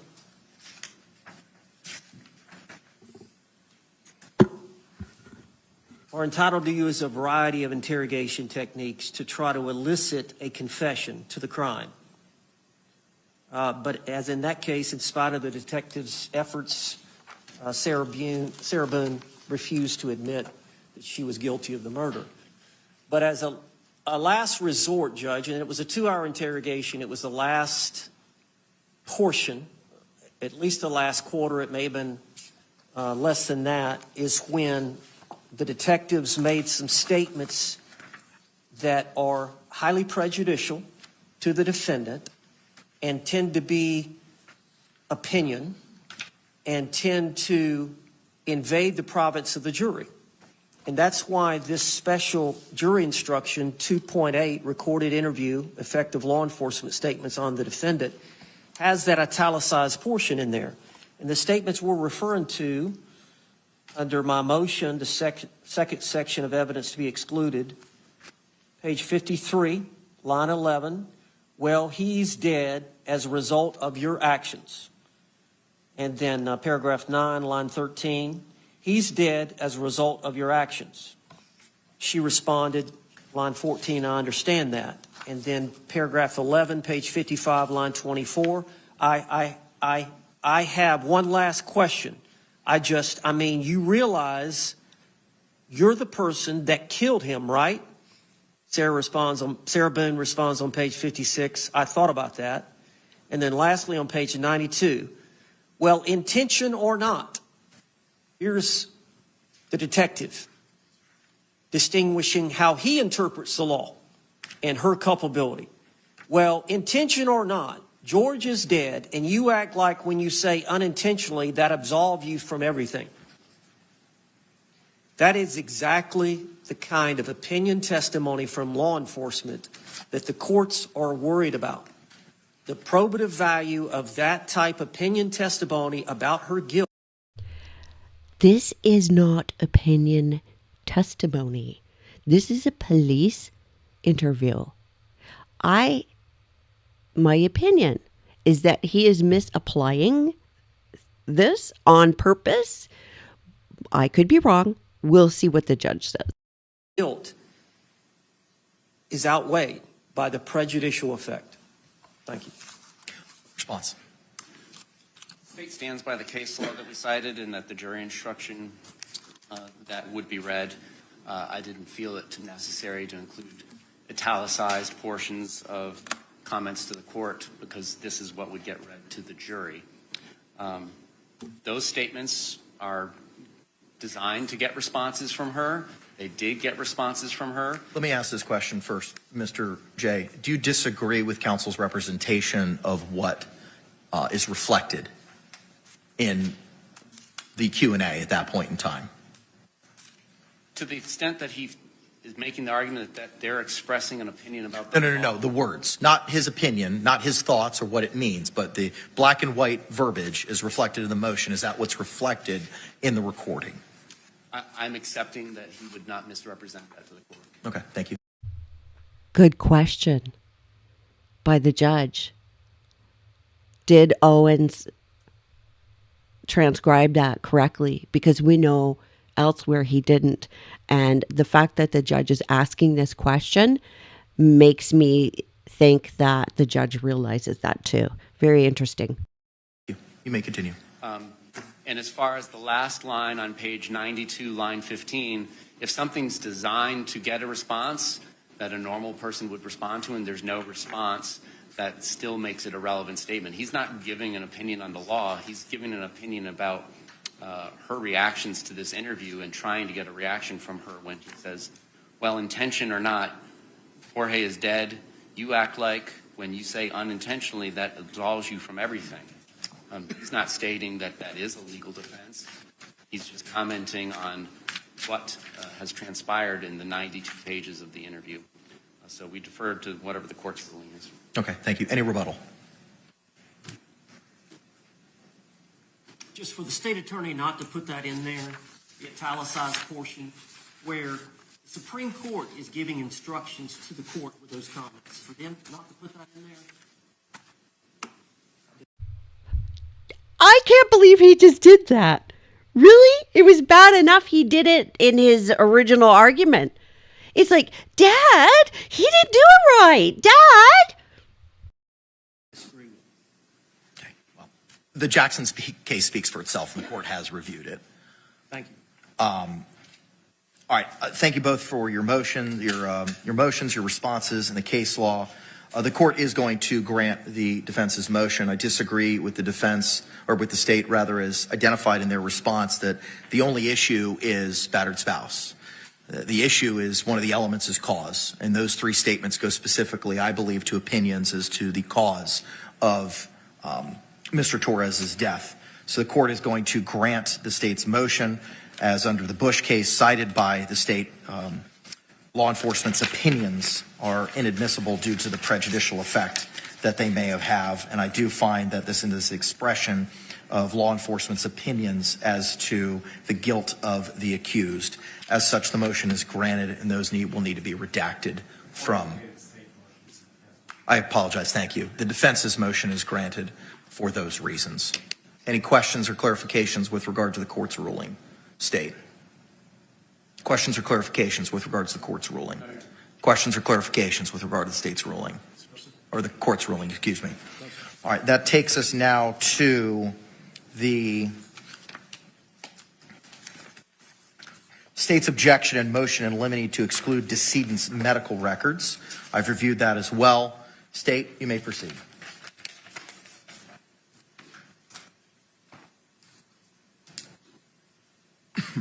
Judge, just the other night, I received 550 pages of medical records regarding the treatment of Mr. Torres from two incidents, one in 2017 and one in 2018.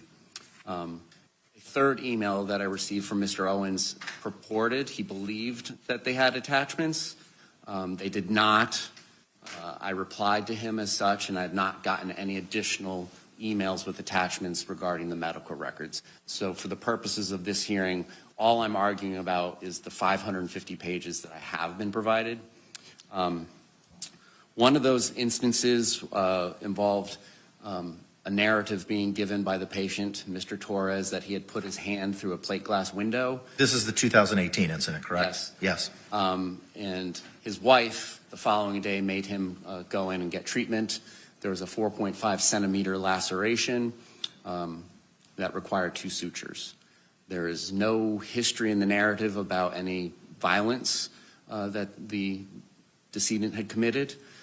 So I anticipate that Ms. Boone, when she testifies, will give us an explanation about how this was an instance of past violence that she was aware of by the decedent.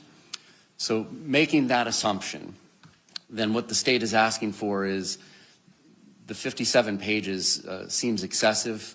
This jury is going to have a lot of information to weigh and consider. Not every page of these 57 pages is relevant.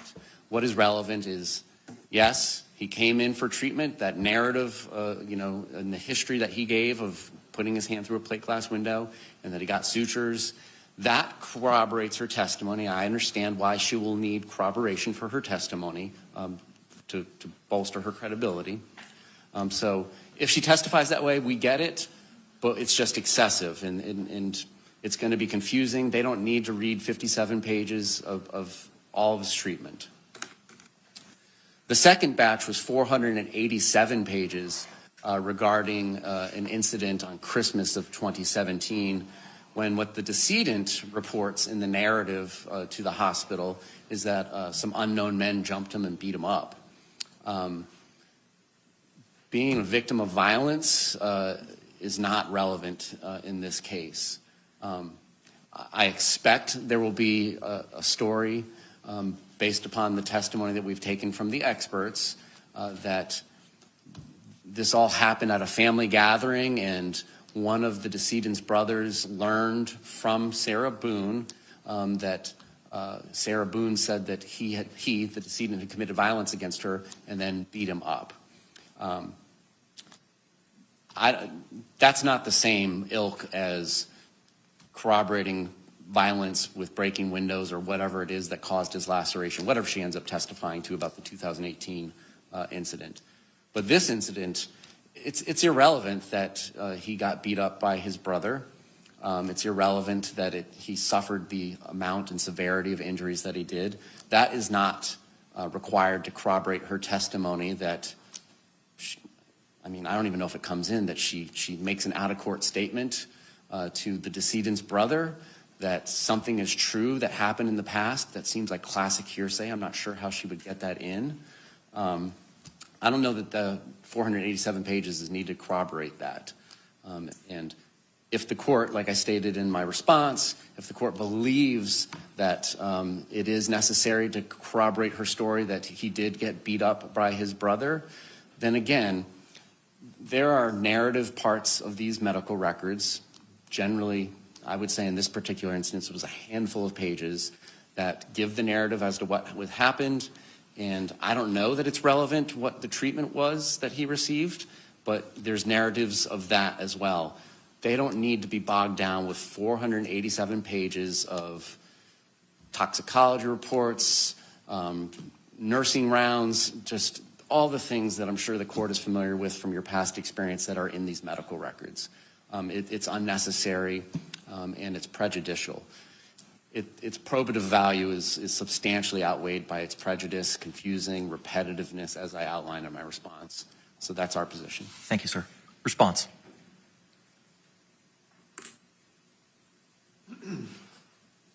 Judge, as you know, we got on this case about 45 days ago, and I can't tell you how many pages of discovery there is that we've had to go through. And 2 or 3 weeks ago, the state attorney provided us over 500 pages from either telephone calls that my client was involved in from the jail or tablet communications, which are kind of like emails or text messages. And that Providing the defense with discovery is completely different from burying the jury with over 500 pages of irrelevant material and asking them to find the needle in the haystack. It's a game. Figure out what's relevant to you people who don't study law, who don't practice law for a living. And if the prosecution had not given the defense so many pages of discovery, the defense would be screaming about it and be crying about Brady. has been narrowed down, but that was given to us. So that's something else we had to stop and go through over 500 pages. And they haven't narrowed that down to which ones they believe are incriminating to her. Understood. But respectfully, that's not the issue before the I court right understand now. that. But yes, the medical records are going to be narrowed down. And yes, we would have to make some tie to Sarah Boone's testimony to whether or not their medical records of the decedent, George Torres, are admissible to corroborate her stories about the incidences of violence and whether they match up. But yes, I agree there's going to be a narrowing down, but it's kind of premature about that. They've got several volumes. I assume before they introduce something, they're going to have to narrow it down. Did y'all not have George Torres' medical records prior to me sending them to you? No, we didn't. All right, well, we took the deposition of Dr. Harper, and as you know, Judge, these forensic psychologists, when they're trying to make an opinion as to battered spouse or whatever the case may be, they rely on their assessment involving the personal contact and interviews they have with the client. But a lot of it is any other collateral evidence that tends to support it. That involves arrest reports, that involves court records, that involves psychological. Experts do look at and should look at other evidence, but not other evidence that tends to support their opinion. They should be looking at all other evidence before they even make an opinion, including evidence that would go against their hypothesis. And still, this is not the same thing as dumping it on a jury. Also, if this was me, if I had to assess this, it wouldn't be Mr. Torres's medical records I would necessarily be looking at exclusively. I would want to see Sarah Boone's records. Why aren't they introducing her records? Where are all the records of all the times she went to the hospital? because he had done something to her. Where are all those records? Notes that involves medical records. And at that time, when the state took Dr. Harper, our witness's deposition, she said, yes, I did rely on George Torres's medical records. So they were well aware. That doesn't mean they come into evidence. I know that. I didn't say that. But they were well aware that that's one thing that she relied upon. A lot of that collateral evidence doesn't come into, and it's going to be... I need to jump into the breach here. I understand all of that. I understand that there's been volumes of documents that have been provided between both parties. And I understand, based on my review of the highlighted portions that the state pointed out in their motion, as to what Dr. Harper relied upon. None of that is germane to the state's argument. And you've admitted that there needs to be a narrowing down. So let's just kind of compartmentalize what we've got here. So it's premature. It's premature. I agree it needs to be narrowed down. And then Let's just interrupt the judge. Even I, as the commenter hitting pause, wasn't interrupting the judge. Yikes. Based on Sarah Boone's testimony... You are the proponent of the evidence.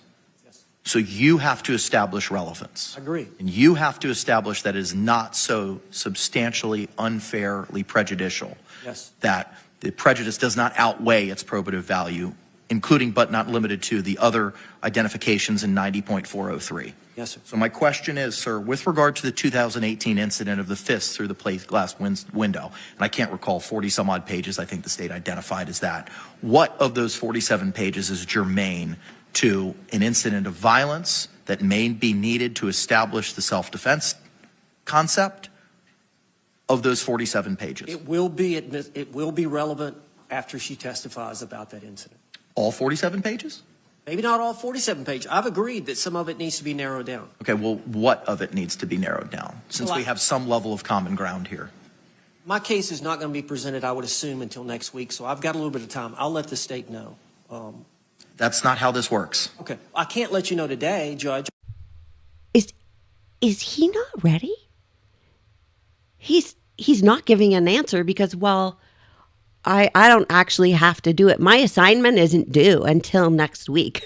So I'll let you know when I figure it out. I'm having trouble believing that he's actually not ready, or is he just trying to hold back so that the prosecution doesn't have the information they need until the very last second? Wow. I'll narrow it down, or we'll talk in the next couple of days. Well, by the state's Friday. position is that the narrative should be permitted as to the 2018 incident, the why Mr. Torres was there. But the nursing rounds, the charts, the follow-ups, treatment, anything in the future other than the 4.5 centimeter laceration that required 2 sutures. I understand the narrative as to what transpired. What else is relevant? And I haven't seen these 47 pages, so I'm not sure there. I'm relying on counsel's representation. I don't know. I'd have to look at them. But in one of the medical records, George Torres was over a .31 BAC. Every time. In 2018? 2018. I'm talking about the 2018 incident with... Really? The defense is going to bring in evidence that he drank a lot. You know what?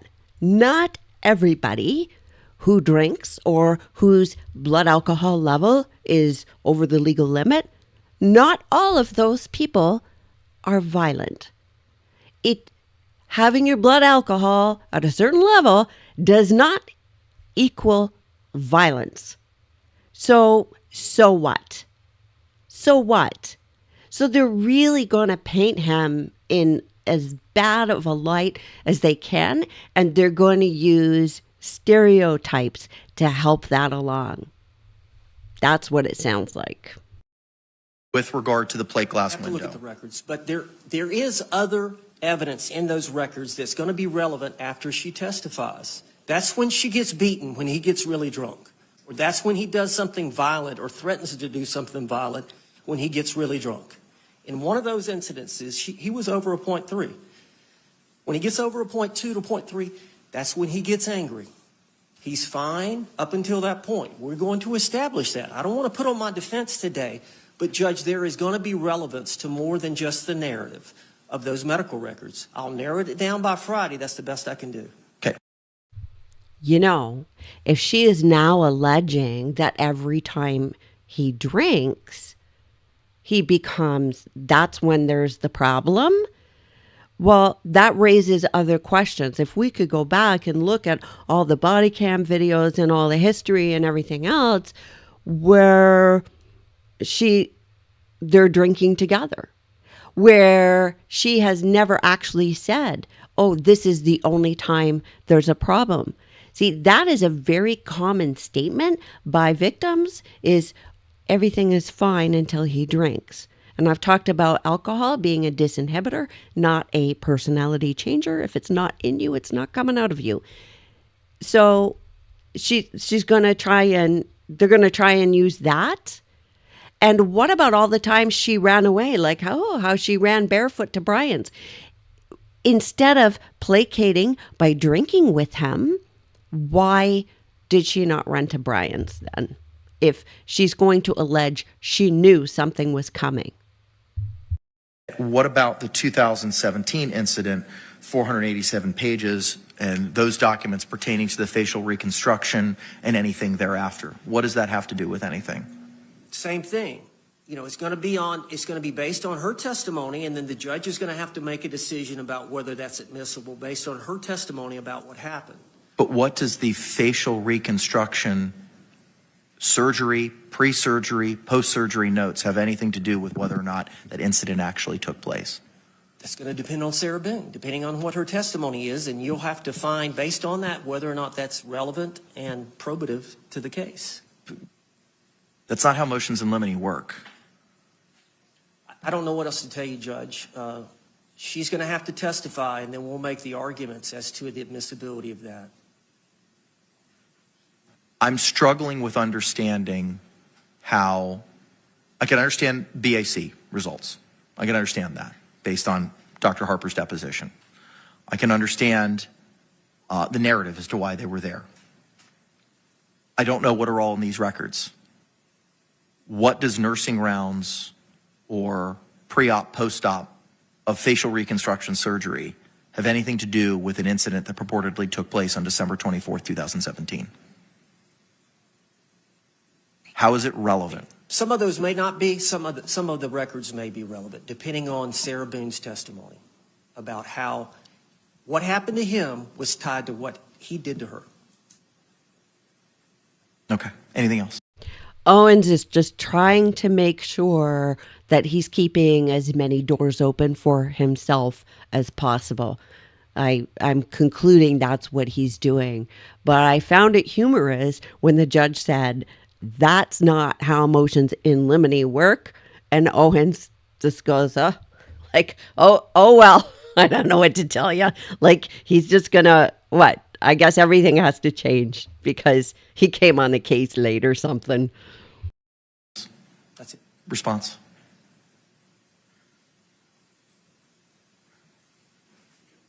The two parties' discovery responsibilities in a criminal matter are not equal. The state of Florida has a duty to disclose anything that anybody knows or may reasonably be calculated to lead to relevant information to the defense. The defendant's obligation is to let us know what they're going to use in trial. So for them to come in today on the third day of jury selection and to tell us that it's premature to ask for what is going to be their actual evidence in a trial is wrong. They got these records, and I understand that they're the 9th set of attorneys for Ms. Boone, but the defendant got these records in 2022 or 2021. And they just get disclosed to me overnight a couple of nights ago. In their discovery responses, in the First Amendment, Second Amendment, Third, so on and so forth, for weeks they were telling us that they didn't have them and they were waiting for them, but they were sitting in Ms. Boone's box, apparently, that Billy Lane had acquired years ago. So it's not premature to ask, and it's not unfair to ask for what is going to be introduced in this case or attempted to be introduced, particularly given the court's rulings.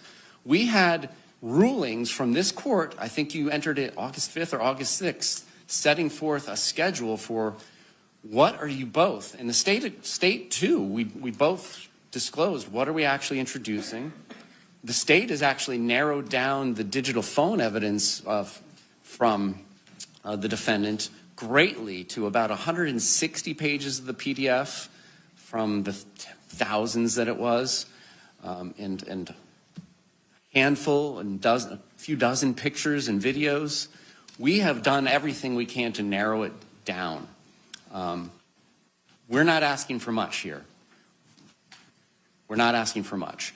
And just to bring the point about the BAC, Jorge Torres had a 342 medical blood, so there's probably some conversion, 10-15% for legal blood, at the time that he was admitted for his facial injuries.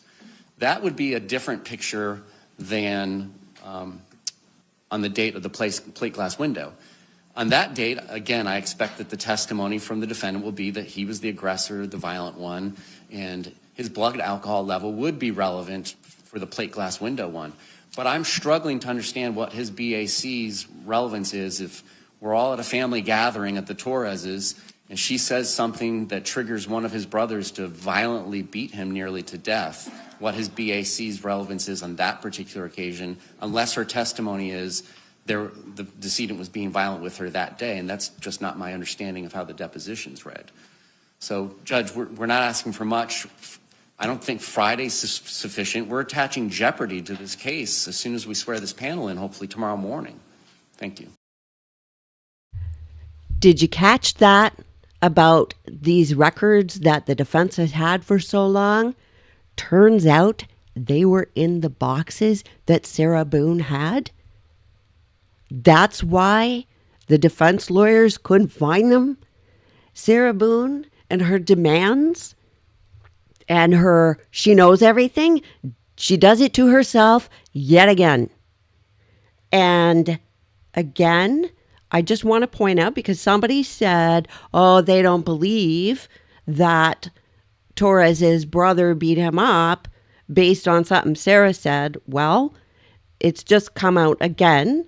The prosecution has just mentioned it, that the brother beat him up because of something Sarah said to cause or incite that.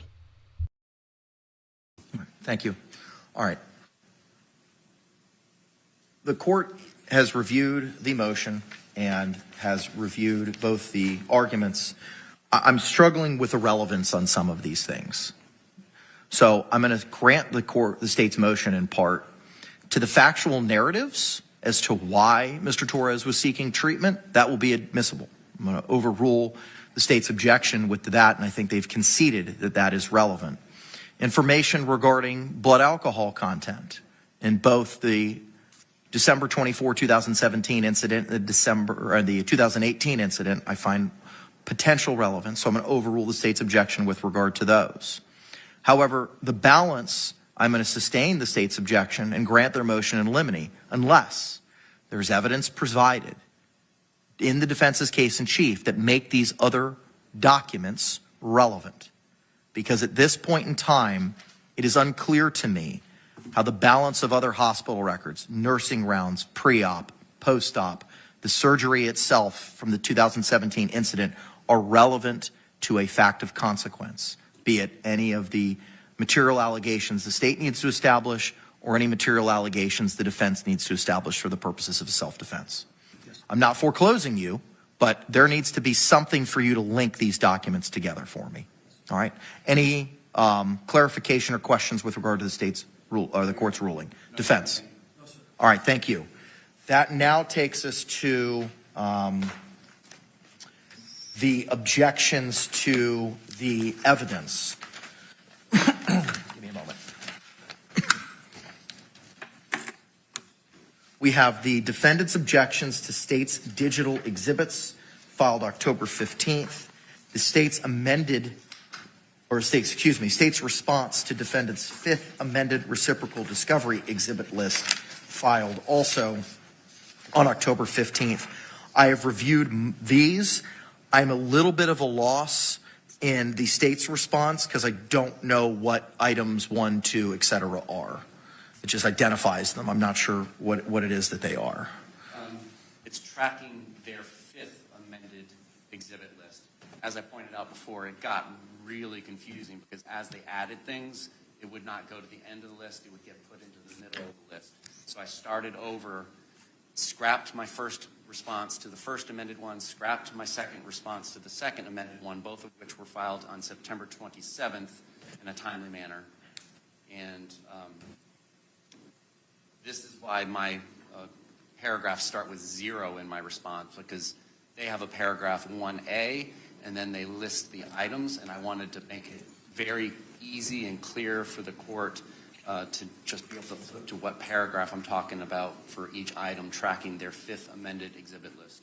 But here's the problem that I'm having. On September 27th, I see the notice of provision of defendant's third amended exhibit list. When was the fifth amended exhibit list provided? That might be a problem with them not filing things with the clerk of the court. Okay. I'm getting copies of some pleadings, but they're not bait stamped with the clerk of the court's e-filing system on the top left, so I'm not certain that they've filed anything with the clerk of the court. Here's the other problem that I have. All I see on my end is the notice of providing. It doesn't identify anything. It's a one-page document. So it's hard for me to say what, I know you may have seen it, but the court hasn't seen it based on what's been filed. I believe I would direct any questions about why that's not filed with the clerk of the court to the defense. Okay, all right. I need clarification, Mr. Owens, as to when the fifth amended reciprocal discovery exhibit list was filed and what is in it. Because the notice that I see in the court file from September 27th is just a notice. It doesn't identify anything for me to line up item 1 and item 1 as to what they purport to be. You're asking for when it was filed? We're checking on that, when it was filed. What was the next question? All I have is a notice. So on September 27th, there was a notice of provision of defendant's third amended exhibit list. And it's just that. What we intend on utilizing has been provided. But I don't have anything else as to what those items are. Okay. Did you want us to provide you with a copy of those to your JA? Or you can send it to Madam Clerk and she can print it out to me, because I'm having difficulty lining up what these things are, because all... Wow. Judge, you want us to send you a copy of the thing you're expected to rule on because we didn't file it properly? All I have in the court file is this was sent on this day, but I don't know what any of these things are. If we can move on to something else and let me get... Unless we've got some housekeeping matters to address for this afternoon. But unless I'm missing something, the only other thing that we've got teed up to address this morning is the objections. Okay. Give me 1 second.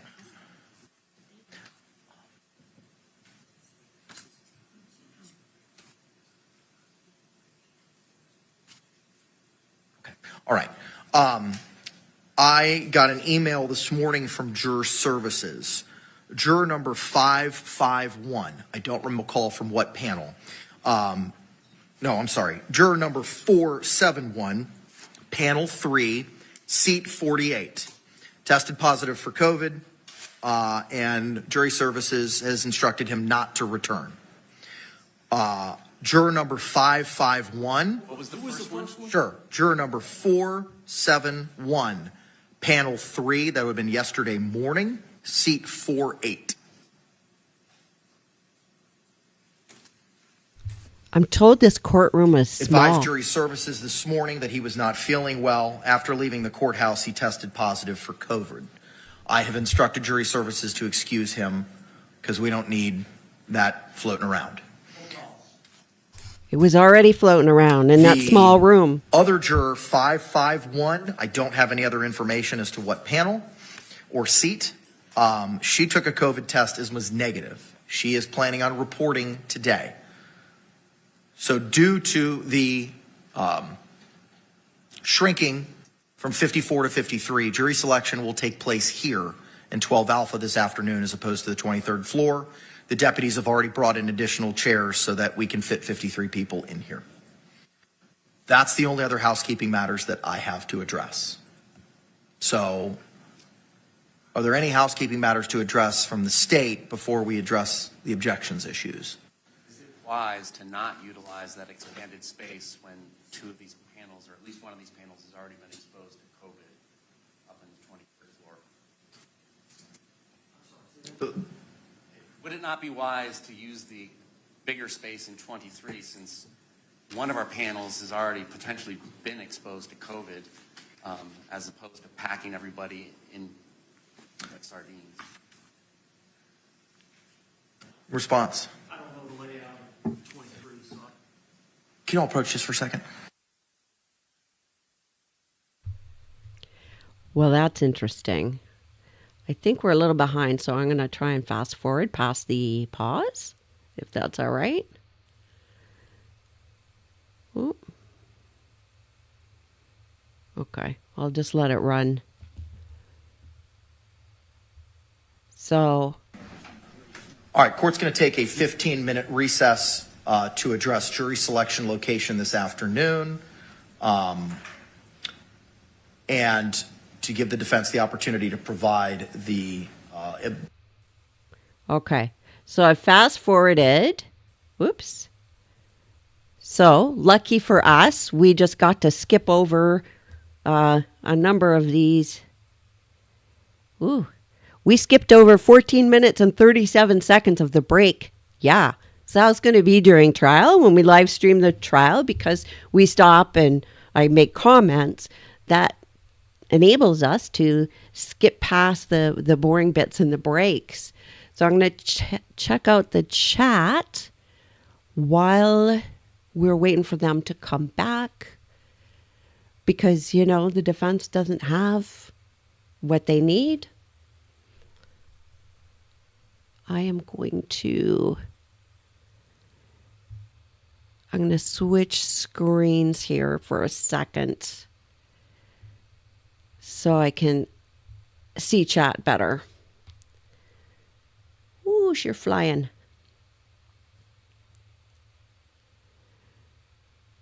Joyce says, I feel the judge is allowing the defense to nibble away at the evidence. Yeah, I think that's what the defense wants to do. Yeah. So they got more, the defense got more than I thought they would.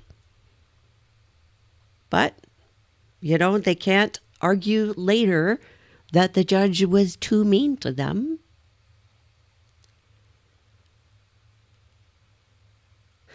The Three Storms says, has Owens filed anything correctly ever? Yeah. People are saying Owens irks them. Yeah.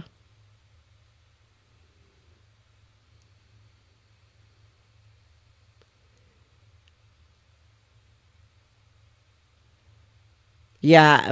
Matuko, hope I'm pronouncing that right, is saying, if this trial gets delayed because of a COVID outbreak, I'll scream. Yeah. Really. And want to bet, well, I don't know. How many of you think Sarah will suddenly develop a cough overnight or something? My goodness. And people are annoyed with Sarah's smug. Oops, hang on. You ready? We're back on the record. 2020 CF 2603, State of Florida versus Sarah Boone. State. Dave Kester on behalf of the state. William J. for the state. Defense. James Owens from the Spirit. Tony Henderson for Sarah Boone. Ms. Boone is still seated at counsel's table wearing the same gray suit and white blouse from this morning. Can you all approach?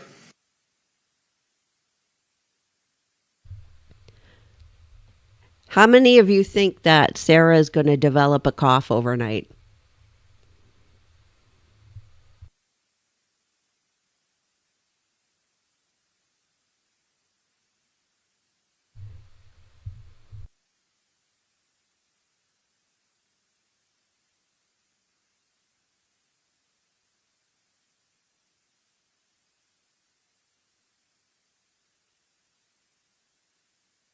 And for those of you upset over her smugness and her grinning, you know what? It's just for now.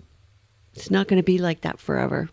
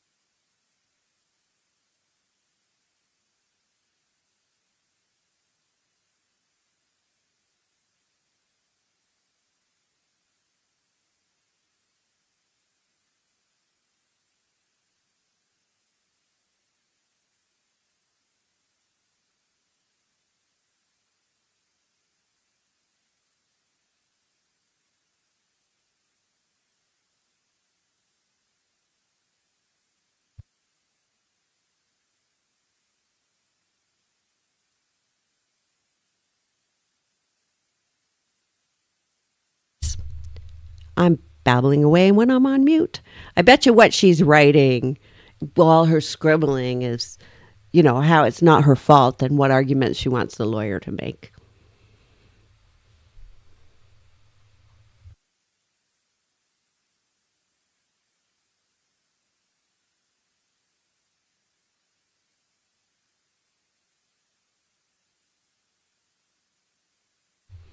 Jane is pointing out, she thinks Sarah knows the camera is pointing at her.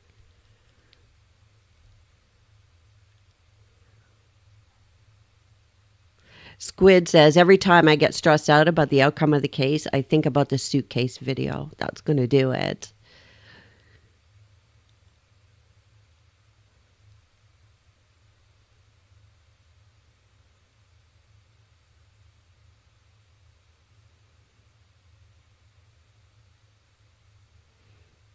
Somebody cracked in the comments, well, this is the closest Sarah has come to having a job in 7 years.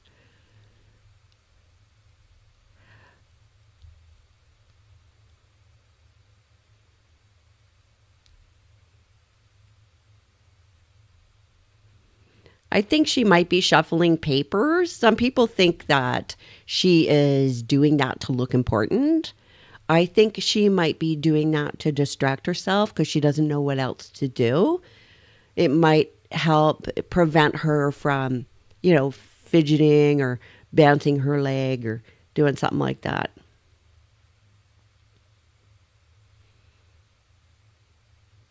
Castro says she's nervous. Yeah, I think so.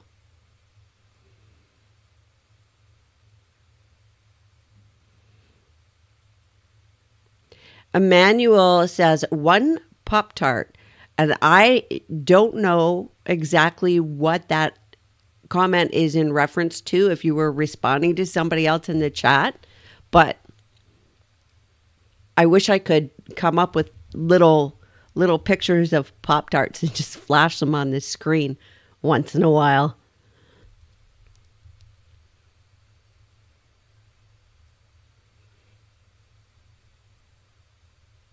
Jay Marie is saying that Owens is really condescending to the judge. I think pretty disrespectful.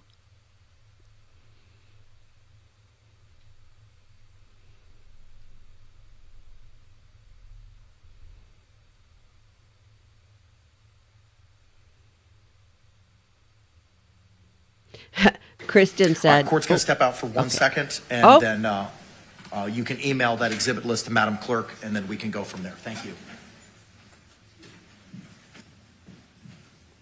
Okay, so we're waiting again.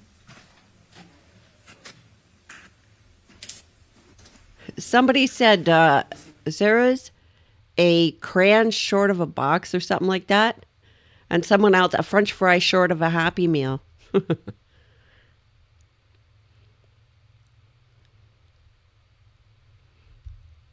KPM says, rule number 1, Sarah, don't touch your lawyer's paperwork. Yeah, it's really annoying.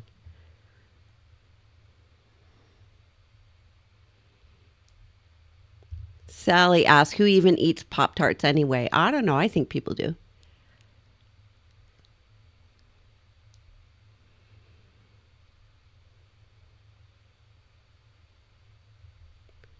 Emmanuel is wondering if Sarah is realizing the situation she's in and regretting any decisions she's made. Maybe, or blaming somebody else.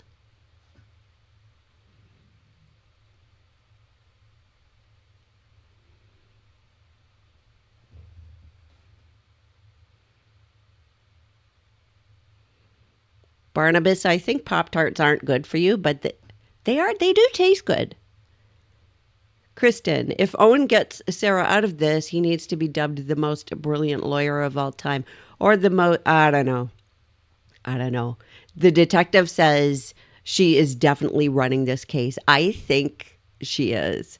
Somebody had remarked in one of my earlier videos, one of my earlier lives, that no, it's not Owens managing Sarah so much as it is Owen's letting Sarah think she's managing him, at least to a certain degree. And that sounds about right. KPM says Sarah thinks she's winning right now and very happy. Yes, they did. The defense did score some points here or get some things that they wanted. And Sarah is aware of that, and for sure. That's not the whole ball game, though. Pammy Broke, do you think she thinks she's winning and doing well? I mean, obviously, nobody knows what's in somebody else's head, right? But I think that she's going to hang on to any positive sign. She goes with believing what she wants to believe instead of believing what's actually in front of her.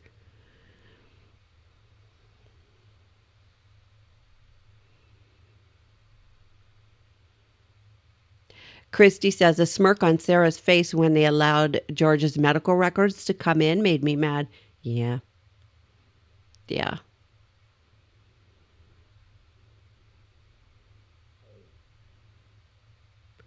KPM is saying her defense will fail. I think it's not. I think it's not a bad thing if they're allowed to argue battered spouse in one respect, and that is that she has made so many statements that run completely contrary to that. But on the other hand, I don't like the idea of them being able to drag the victim through the mud. I really feel for his family, especially his parents and his kids, having to watch all that and having to hear all that. Matt says Sarah got in her own way. Yeah.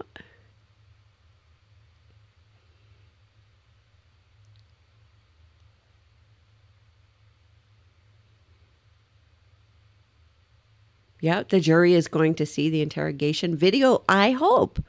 They don't always have the jury view the entire interrogation video. They may just play clips.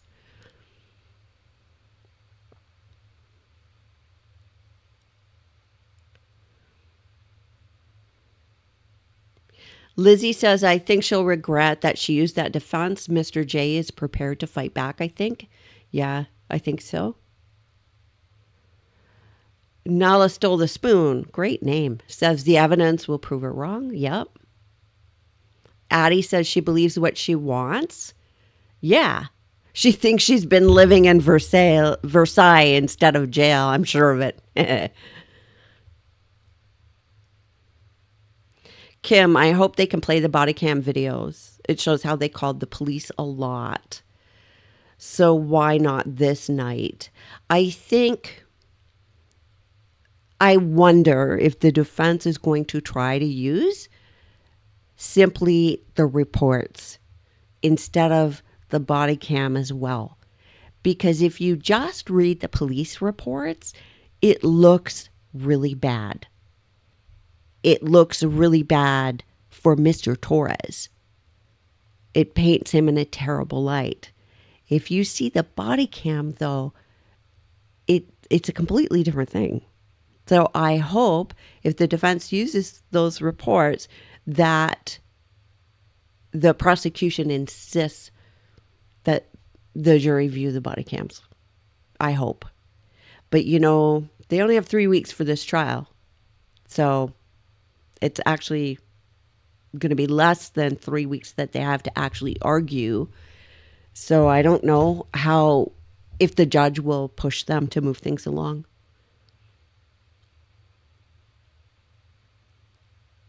John says Owen and Sarah both have disrespect for the judge. One reason why they get along. Maybe.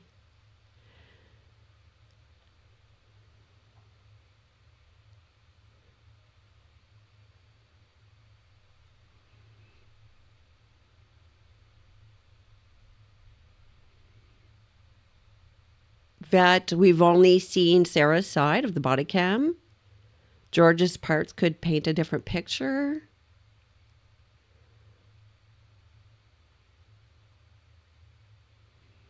Captain Katie says is also she can continue to claim innocence even after conviction.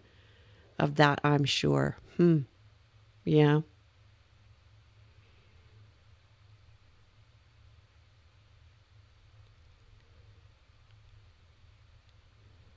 What do people think the state's opening statement will be? I think the state is going to acknowledge that it was a toxic relationship. I think that's one thing that they will do because they know that the defense is going to bring that up. I wonder if they will discuss at all the issue of who is the primary aggressor.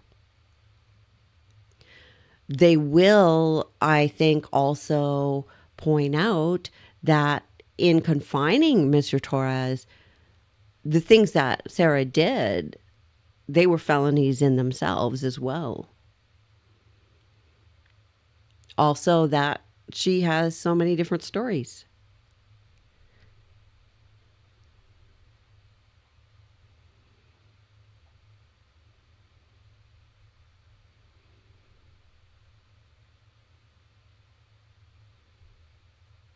I'm going to get out of this for a second and see if I can get updates elsewhere.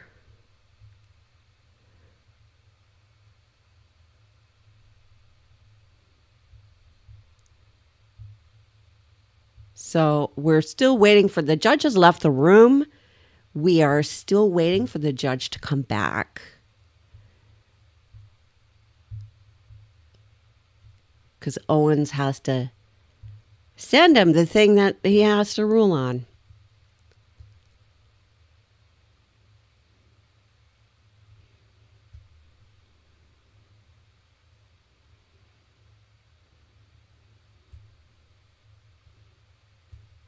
I don't see anything. I've got nothing new. Okay.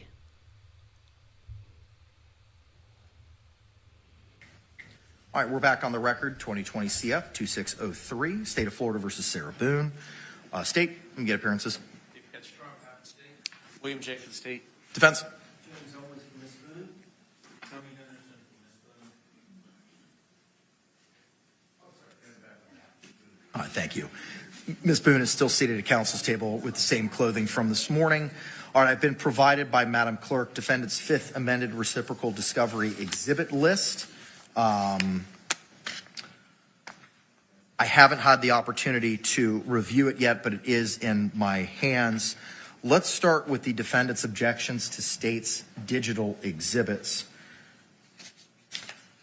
I'll turn it over to you, Mr. Owens. Judge, and I did want to say that the notice of provision of defendant's fifth amended exhibit list was e-filed on October 3rd. The fifth exhibit list was emailed to the state on October 3rd. Correct. But the same problem I have is it's just the notice of provision. I don't know what any of the substance was. All right, you may proceed, sir. Judge, I'm going to handle this. Okay, go ahead. And Judge, this was a little bit of a new procedure because what I did was review the images and these, as in the motion, we object to all the cell phone photo evidence. The state intends to introduce a trial as to, I'm not going to know until I hear evidence or see when they're trying to introduce it, if it's relevant or not at that time. Something might make something relevant at a certain time, or it might not make it relevant. So there. And also as to just the foundational stuff, because the images have... They want all the images or just the images they want out? They want all the images excluded? Because weren't there images on Sarah's phone that she claims corroborates her side of things? So very interesting. And it sounds like Anderson hasn't really seen everything. Like he doesn't really understand what the state is going to try and make of it. This is weird. This is like they woke up and just showed up at court without knowing anything. It's bizarre to me. I've seen it. I don't have dates. So I don't know when it was taken in relation to the February 23rd, 2020 date, which is the date of the offense. And so I'm at a loss for that. So I don't know if it's 2 years before. Does that make it relevant? If it's 3 years before, I don't know. So that's going to be, if the foundation is laid, that's my problem with these photograph exhibits, is I don't know until I hear who's trying to put it in, how's it identified, and if the proper foundation is made to make it relevant. He just made an argument about something from her phone from 2 years before, maybe. And he's saying, well, does that make it relevant? I mean, basically, how far back are we going? Yet, 20 minutes ago or whatever it was, they were arguing for incidents from many years ago to be brought in, right? Through his medical records from 2017. Nice. Okay. Response?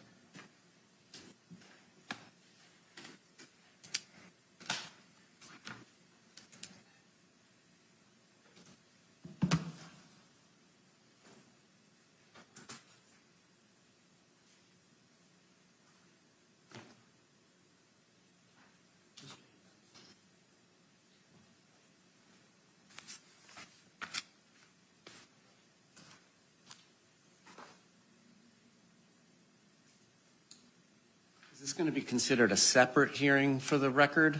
So should this be D or should it be A? Everything was, when I called what was being heard today, it was all in the same hearing, so I believe it should be pre-marked as D.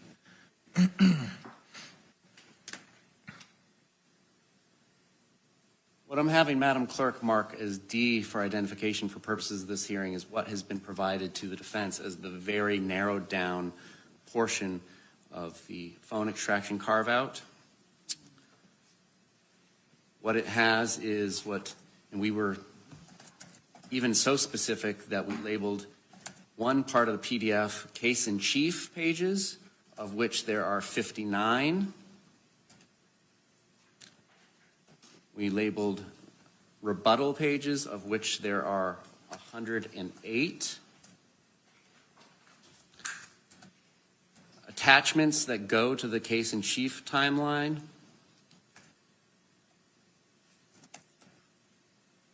Count up as 80 photographs and videos. Attachments and rebuttal.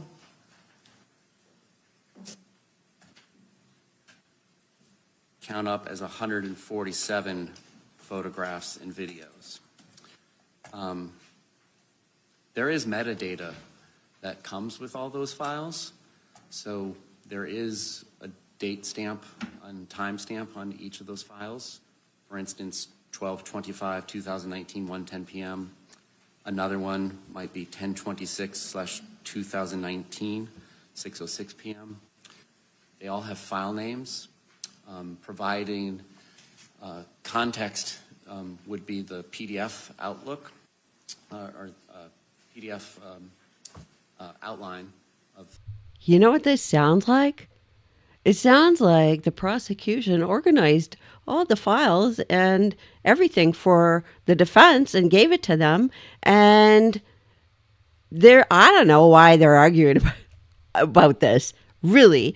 But right now, this guy is sounding like, oh, kiddos, you didn't do your homework.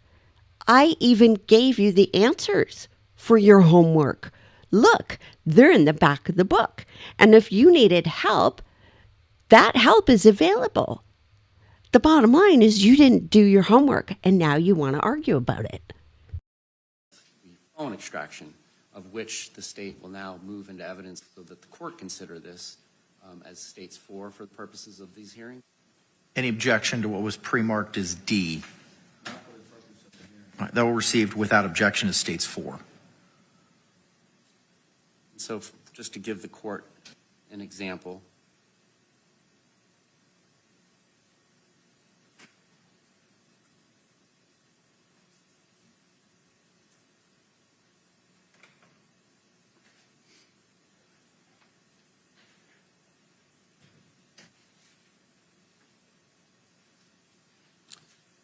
on page 49 of 59 of the PDF labeled Case in Chief, entry 31107 in this PDF from the phone extraction is labeled Videos, 2/23/2020, 11:12 p.m. 45 seconds, UTC -5, which means corrected to Eastern Standard Time for that time of year.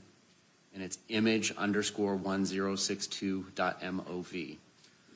So that sort of information is going to be there for the majority of these files.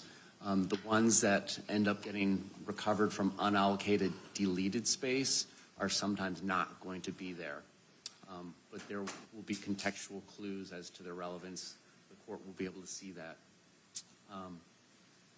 So for instance, that image is the 2-minute infamous video of Mr. Torres being in the suitcase that started at 11:12 p.m. 45 seconds on February 23rd.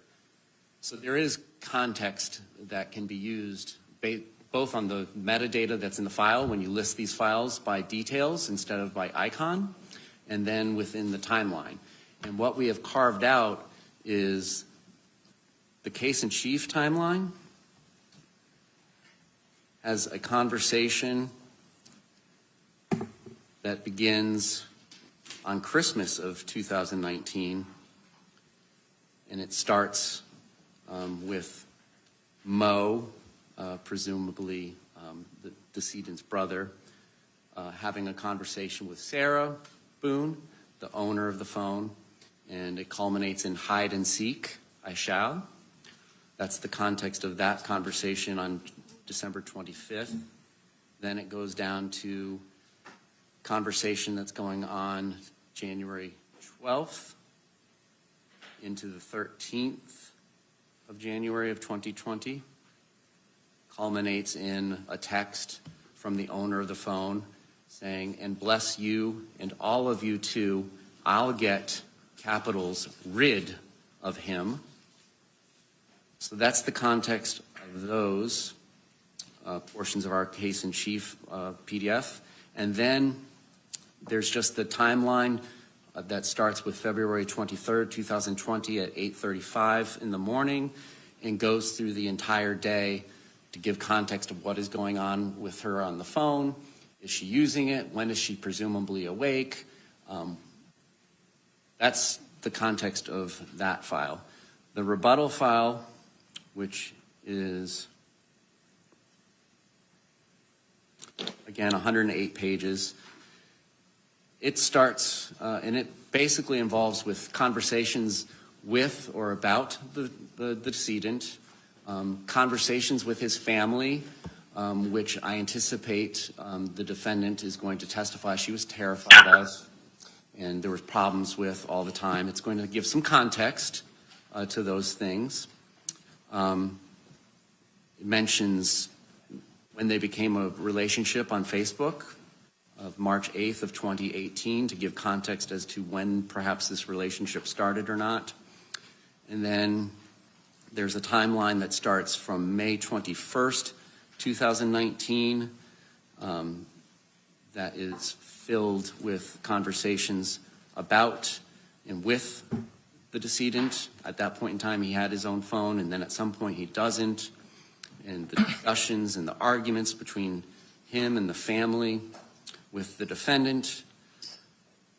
And then the images that are associated in the folders, case in chief and rebuttal, are the ones that are associated in these time frames.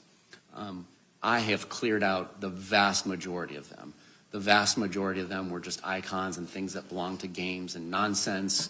I cleared out all the photographs of Mr. and Mrs. Boone's child, any of that child's friends. There was no need for any of the pictures of the children.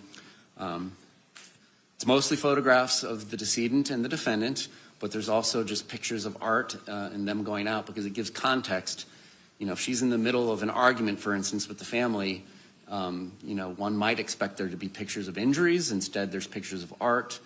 So we did our best to select which photographs and videos were pertinent within these timeframes. We did our best to narrow it down to what timeframes we set. We believe will give a good rebuttal picture after she testifies about his family and her relationship with him. So that's where we're at. So as far as the relevancy, the general relevancy objection that was made, there was no specificity as to what particular entries in the PDFs are objectionable for any particular reason. We believe that everything is relevant. Again, we are submitting it for the court's review. I know that we're on the third day of jury selection, which will apparently resume in 81 minutes. If there's an authenticity issue, because one of their objections was relevancy, foundation, unknown origin date, hearsay, and Crawford issues. I'm submitting for the court, if I can approach the court.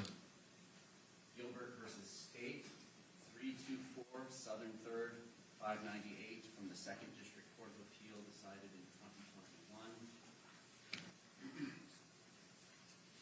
2021. Lamb versus State, 246 Southern 3rd, 400 from the 4th District Court of Appeal, decided in 2018.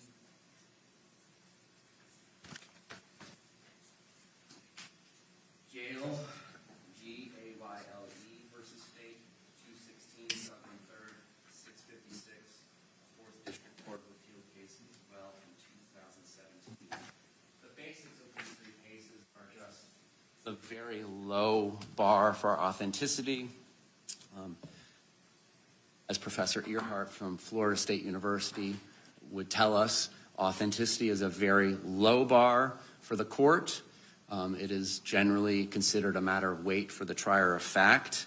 And with this digital evidence, it can be established and authenticated in a variety of ways. What the state expects the evidence is going to be is that the defendant's phone was taken from her home by law enforcement, as we know from the motion to suppress, and it was provided to a digital forensic examiner who was able to use the defendant's passcode to unlock it and perform a digital extraction. So that should clear up most of the authenticity issues as to who the owner of the phone is. The state readily concedes and has provided context by using extra pages of conversations that at some point the decedent no longer had his own phone and was using Ms. Boone's phone from time to time. And in fact, that is part of her allegations about pornography and contacting other women. But I believe the context of those conversations makes it clear who is using the phone and who is not using the phone. So we believe that there is no foundation issue. We believe, based on the defense they are raising, that there is relevancy. We have split it up to the case in chief and the rebuttal. We are specifically only entering. That's a really good point he just made. Look, if you want to argue relevancy, well, they're proposing this battered spouse syndrome defense or self-defense defense. That makes it all relevant. So the defense wants their cake and eat it too. Entering the two incriminating statements in the context of those incriminating statements about hide and seek and getting rid of him, plus the timeline of the date of the offense. Then the rebuttal, we have carved it out as best we could to present a picture of the conversations and the tone, as much as tone could be inferred from texts, and how the relationship was with the family and who may or may not have been the psychological aggressor. As far as hearsay and Crawford issues, I am unclear if they are talking about just in general the digital forensic extraction report itself. One of the cases I gave to you makes it clear that machines are not humans. They do not get subjected to Justice Scalia's version of the Confrontation Clause that he outlined in Crawford versus Washington in 2004. What he also talked about, though, and what has had some discussion since the Crawford decision, was what's hearsay versus testimonial hearsay. Obviously, there's no testimonial hearsay in these phone extractions. There's no implication that any of these statements made by any of the participants in the text conversations were doing so with an eye towards litigation or prosecution. So it's the state's position, number one, that the extraction itself and all the data that is coming from it is not hearsay and is not testimonial hearsay, much less. And the conversations that are going on with the other people, the statements that other people are making back to the defendant in the carve-out that we've provided aren't being offered for the truth of the matter asserted. There is no hearsay issue. It is to provide the context of the things that the defendant is saying. I'm going to go bond Jorge out. I'm going to go to the public defender's office and get this taken care of. Or screaming at his family, so on and so forth. Demanding immediate responses when somebody's cutting hair and keeps on telling her repeatedly, I can't respond to you. I can't respond to you, I'm working. So those sorts of things, it's the state's position, aren't being offered for the truth of the matter asserted. As far as the unknown origin date, I think it's pretty clear from the PDF timeline that there is a date and timestamp to every single entry from this phone extraction, and that corroborates with the images, most of the images, some were from unallocated space, but it corroborates the metadata for these images. So we're asking for that their motion or their objection to be denied preliminarily. Obviously, we have to lay the predicate properly at trial, but now the court has a copy, and hopefully we can get advice from the court if the court is believing that there are sustainable objections before we swear in the jury, so that the state can pull any photographs or videos, or we can have at least a discussion about those specifics, and then after discussing those specifics, the state can pull those out before burning a DVD to provide the jury. We also have the ability to black out entries in the PDFs.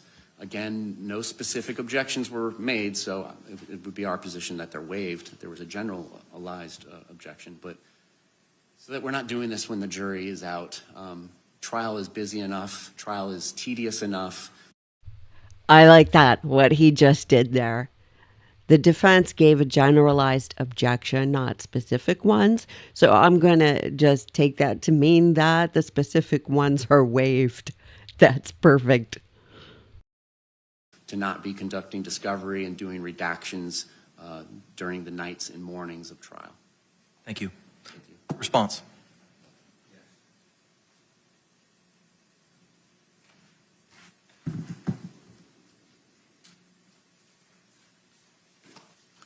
Judge, I think this procedure calls for a lot of speculation as to the defense part, as to what these photos, examples of the photographs, what's the use of this photograph? There's a piece of art on the wall.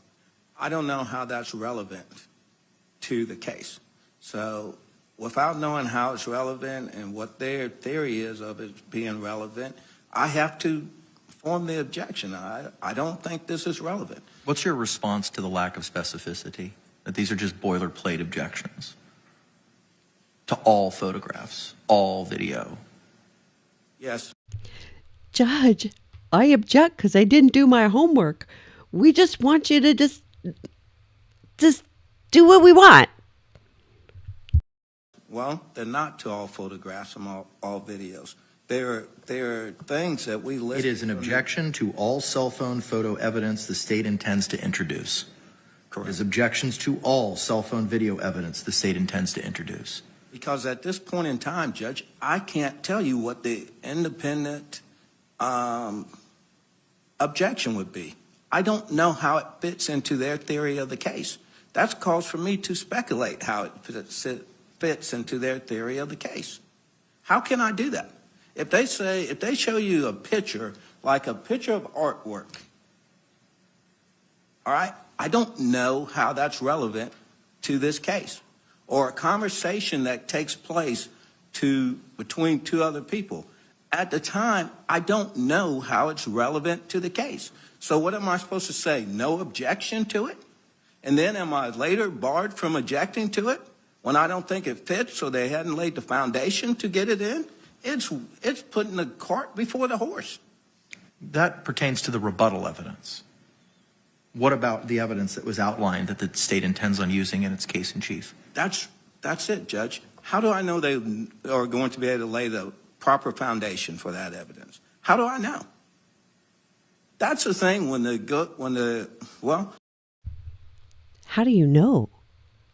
Are you kidding me? Well, when you go to trial, maybe if you did your homework.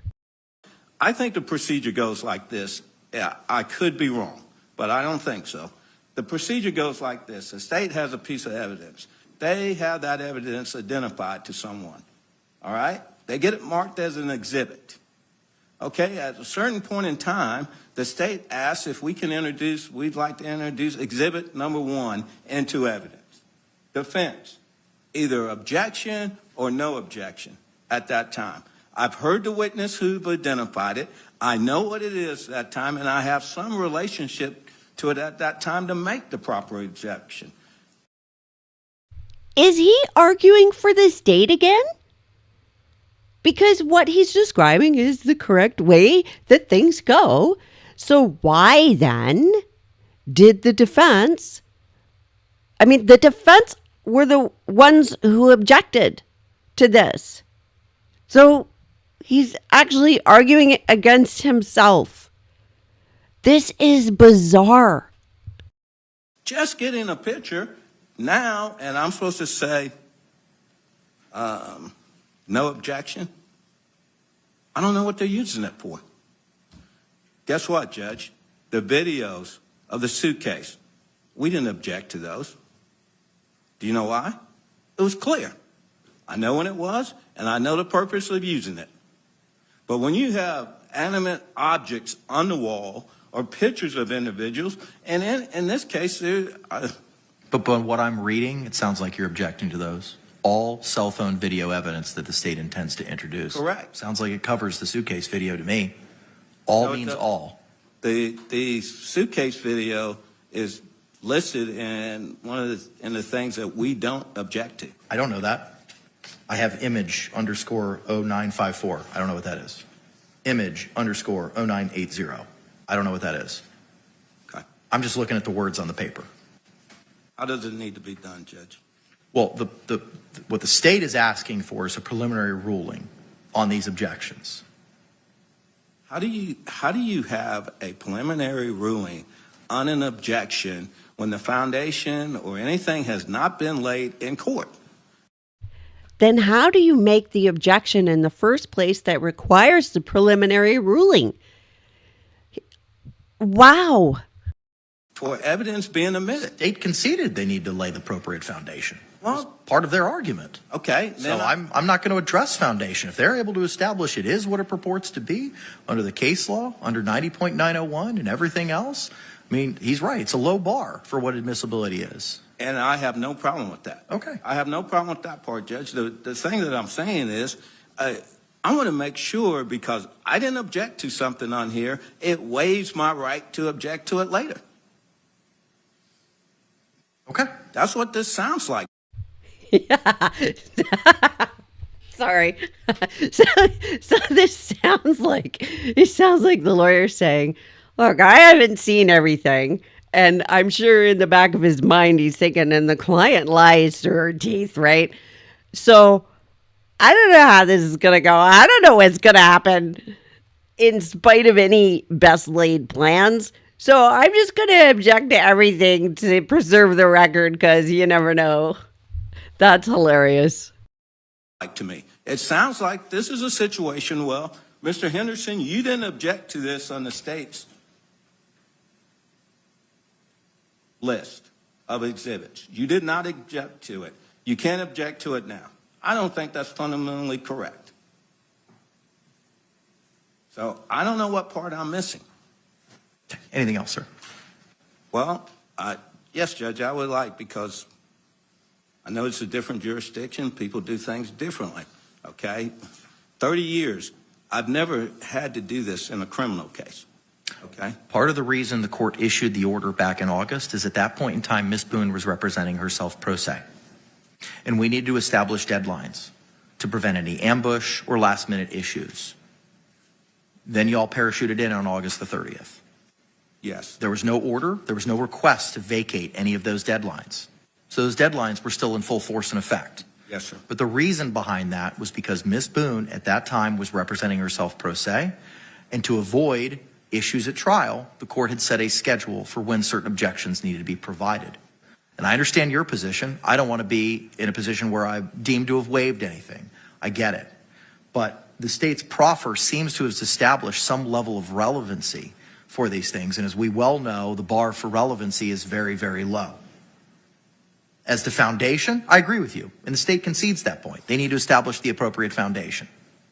And if they're able to do that, I'm not foreclosing you for making objections, but as of this point in time, your objections are preserved for the purposes of trial. You can raise them, certainly.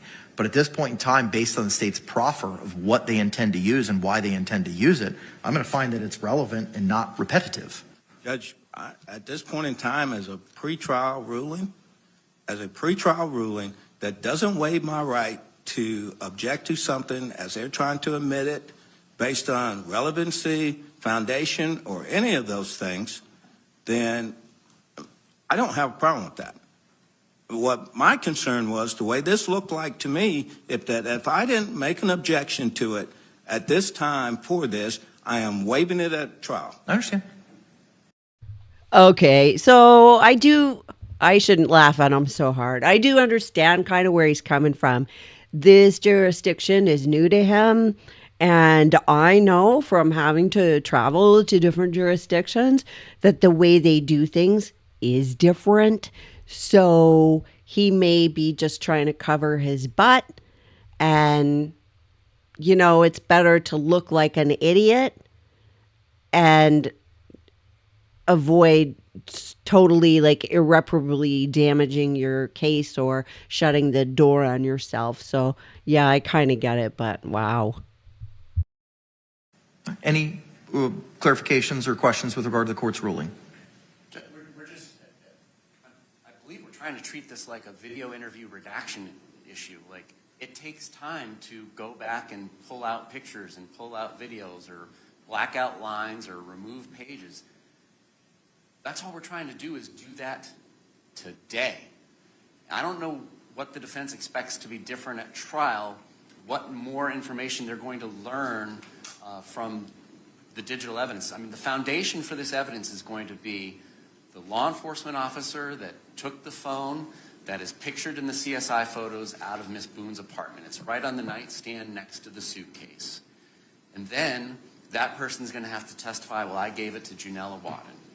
And then Junella Wadden is going to come in and bring the phone with her and say, this is the phone that I plugged into my Magic Cellbrite software or whatever she used on that particular day. And this is how Cellbrite works. This is my educational background, blobbity with this software. And I pulled this extraction out. Mr. J sent me this carve out of this extraction before trial. In fact, she picked it up yesterday. And I believe, you know, I'm going to testify that this is part of the larger carve out. This is from her phone. That's going to be the foundation. The rest of these things are things that we should be able to have an intelligent discussion about today with specificity about this line of text isn't okay. This particular photograph's not okay for this reason. That's what we were hoping for. Okay. Have you reviewed what it is that the state intends on eliciting in this exhibit? Yes, Judge, this is the things that I reviewed. I sat down last night and went through every one of them preparing for this hearing. What we did not, or what we failed to do because of the time restraint for the ones that we didn't list a number and I didn't give detail as to like IMG 0954, what it represents. My concern is this, because I don't have a problem with this or with the state's evidence at this time, as long as it's not a bar that when we come into court and I feel something is not relevant, at that time, or they go to admit it and I say objection relevancy or objection foundation, then I'm not barred at that time. I don't know any rule that would bar me at that time. Okay. I'm going to overrule your objections for the reasons that I previously identified. You can raise your objections at trial if you deem necessary. But based on the state's proffer, I'm going to find that the different categories of documents that he's identified as reflected in Exhibit 4 are relevant. They are not repetitive. They are not cumulative. And so long as they can establish the appropriate foundation, and based on counsel's proffer, seems like they might be able to do so. Good. It sounds like, I mean,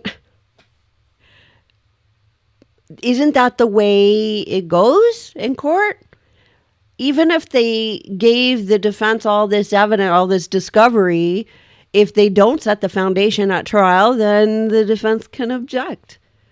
So I think maybe Henderson is overly concerned or really focused on whether or not he'll be able to object.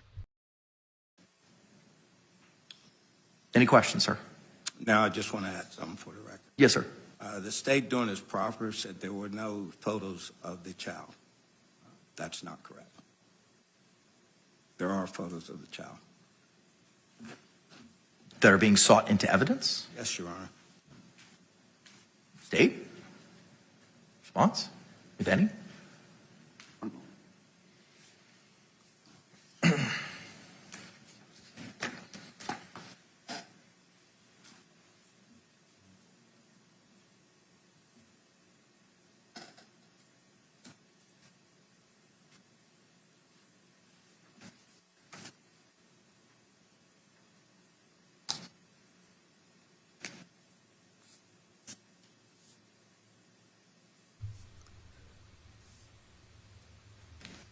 So they're checking to see if photos of the child are in there. Wonder why Henderson thinks that.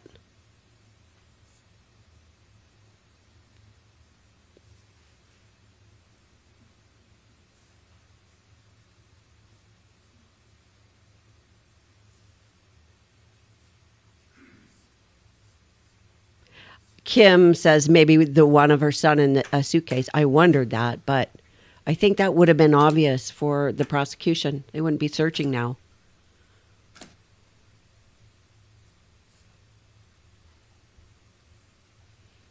I wish Henderson would say where it is. I don't believe so in either of the folders. I don't have any independent recollection if I tied it up more than when I gave them what I believe the exhibit to be a week or two ago, but I don't see any.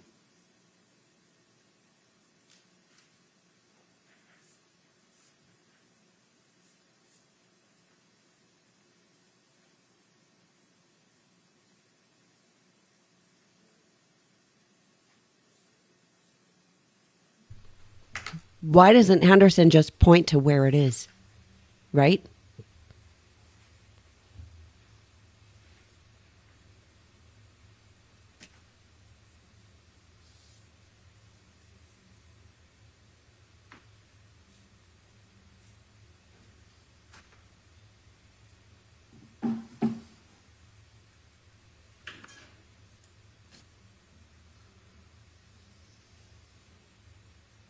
Kat is saying, prove it, Henderson. Yeah.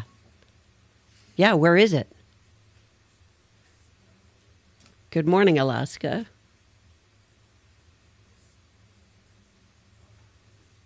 Is he just, what is Henderson doing? Are they just sitting around just hoping that somebody else figures out whether they're there or not? They're not responding to what the state just said.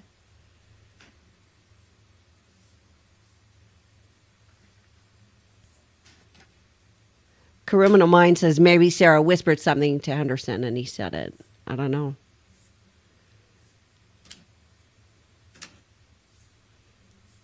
I know some people think that these lawyers are idiots. I don't think so at all. Not at all.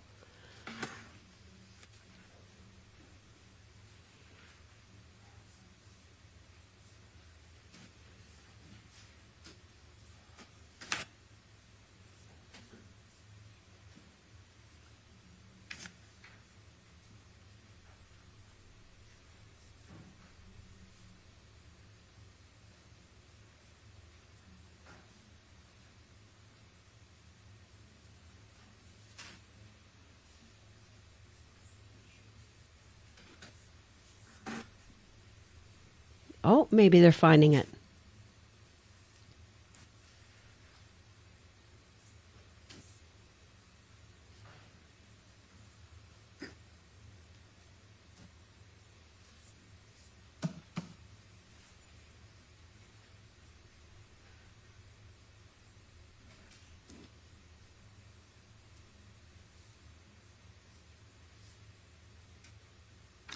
Okay, I see two images. I couldn't recognize it as reflection of children in I don't know if it's a snow globe in an aquarium or whatnot, but I have no objection to removing those two. I just didn't recognize it as children. I recognize it as a crab. Oh my gosh. It was a reflection of possibly children in an aquarium or a snow globe. The prosecution, it was so clear that the prosecution thought it was a crab. My goodness. All that. Really? I haven't seen the picture, so I'm at a loss.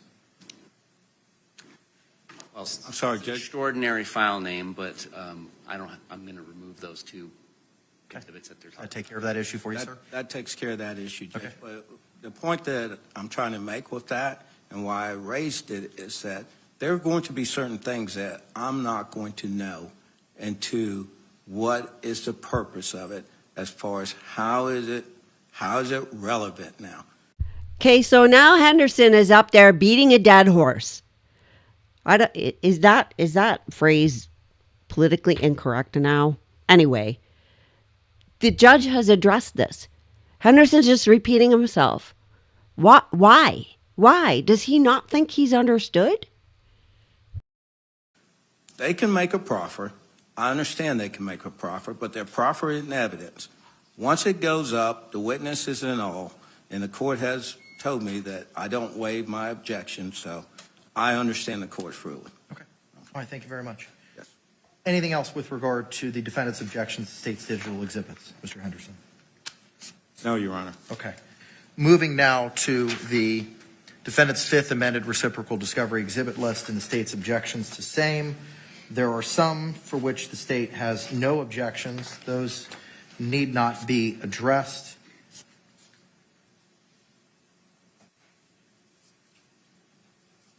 It will just be dealing with the objections outlined. It is not lost on the court that it is 12:30. We do have a jury coming in an hour. My court staff does need a lunch break. So how do you want to proceed, Mr. J? I just want a ruling before we swear in the petite panel. Okay. Do you have any concerns with proceeding with jury selection this afternoon and the final portion of the court's inquiry as addressed yesterday and turning it over to you without having a ruling on these? And we could address these objections tomorrow morning before we bring in the balance of our panel? That's fine. All right, is that acceptable to the defense? Yes. Okay, all right, so then here's what we're going to do. We're going to be in recess till 1:30. We will report to the 23rd floor. I've already advised jury services and court admin that a room is available for us. We will continue jury selection at that time. I will keep you apprised of whether or not we can continue jury selection in 23 tomorrow. As soon as I have that information, I or my judicial assistant will pass it along to you. Assuming we're in 23, we will advise the jurors when they need to return and we can address all these objections tomorrow. And we'll address those objections either in 23 or in 12 alpha. Anything further from the state? No, Your Honor. Anything further from the defense? Okay, we will see you all at 1:30 and 23. Thank you. I want to see them. Oh, they're just going on a break. They're going to still be there. But we won't get to see the rest of it. KPM is asking what the judge is doing about the reflection photos. The prosecution said, okay, fine. We won't leave them in. We'll take them out.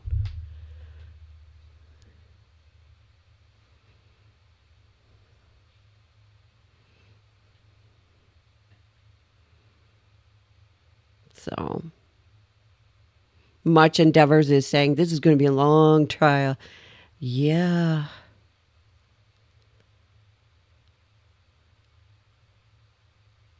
We,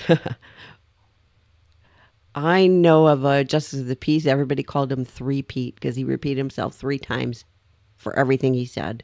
It was dreadful being in that courtroom. And this Mr. Henderson just keeps repeating what has already been dealt with. So KPM is asking, can we go over the text message section with Dr. J again? I'm not sure what you're asking for exactly. So let me switch back here. So do you mean the text messages where Sarah said, I'll get rid of him? Is that what you're talking about?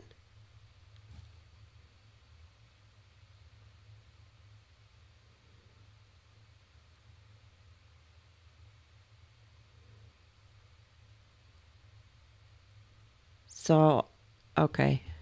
I'm not seeing a response here. Oh, when Mr. J was arguing about what was on Sarah's phone, what, you want me to find it and replay it? Is that what you guys are asking for? Because he didn't go through the entire exchanges, right?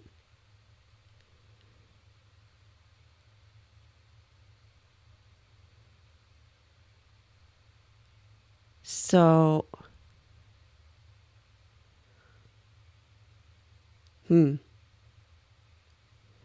okay. I think,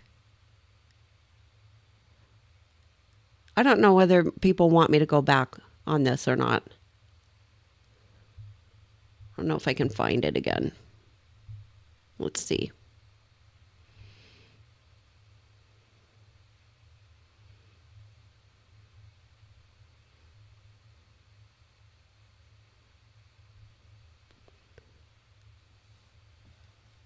Okay.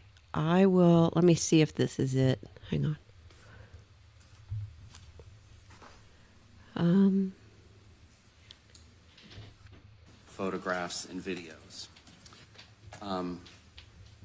There is metadata that comes with all those files. So that's his there argument. is a date He's stamp, just talking about time metadata. stamp Is that on what each of you're those looking files. for? For instance, Or are you looking for the 12/25, specifics? 2019, 1:10 p.m. Another one might be 10/26/2019, 6:06 p.m. They all have file names. Providing context would be the PDF Outlook. Okay. You guys are saying no, you don't want to go back. You want to discuss it. All right. I'm going to change my screens around so I can see. Oh, Captain Katie is asking, can you please review ridding herself of him? Well, without the context of the conversation, who knows? So we don't know, based on just what they said in court, we don't know whether him is Mr. Torres, although, I mean, one would assume because that would be the relevance, yeah. But we don't know if getting rid of him means, you know, getting him out of the house, maybe calling the cops on him. Who knows? That was what I thought of. I wonder if, because there was a night and we saw a body cam of a night where she wanted to get rid of Mr. Torres, wanted him out of the house. She called the police and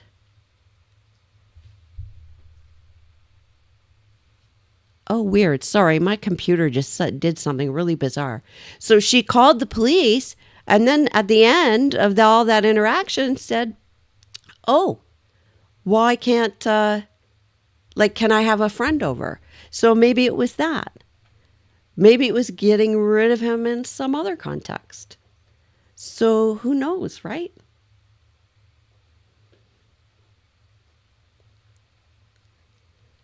If that makes sense.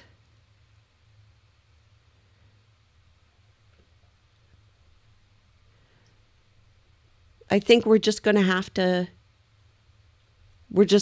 hear the whole context because we don't know. It's, I think, not enough information to extrapolate anything real from that. Addie's saying, oh my gosh, the defense wasted so much time. Yes.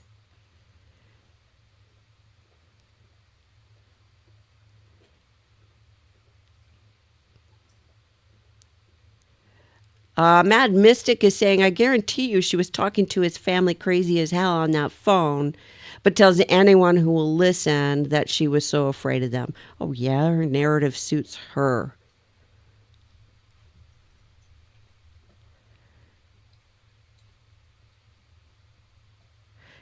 Captain Katie, that specific phrase, your take on, I don't know if that means it or IT. Sorry, I'm not sure. Rochelle is saying, I'm still stunned by the hand coming from the suitcase. Yeah, that was pretty bad. I mean, even when I think that the defense's argument on that actually makes it worse, but it's not happening in front of a jury, so.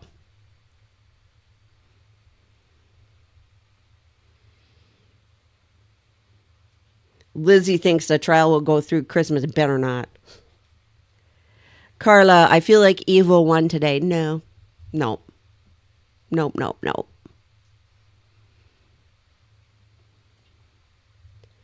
So, it's gonna... I don't know if there's going to be something tomorrow for us to see or not. So, I will be ready. I thank you, everyone, for coming and hanging out with me. I am going to end the stream. I think I've been on here for a really long time. So, trust your guts. Trust your gut. Remember your self-care. And I will see you likely tomorrow if there's something to show you. Okay? Thanks for coming.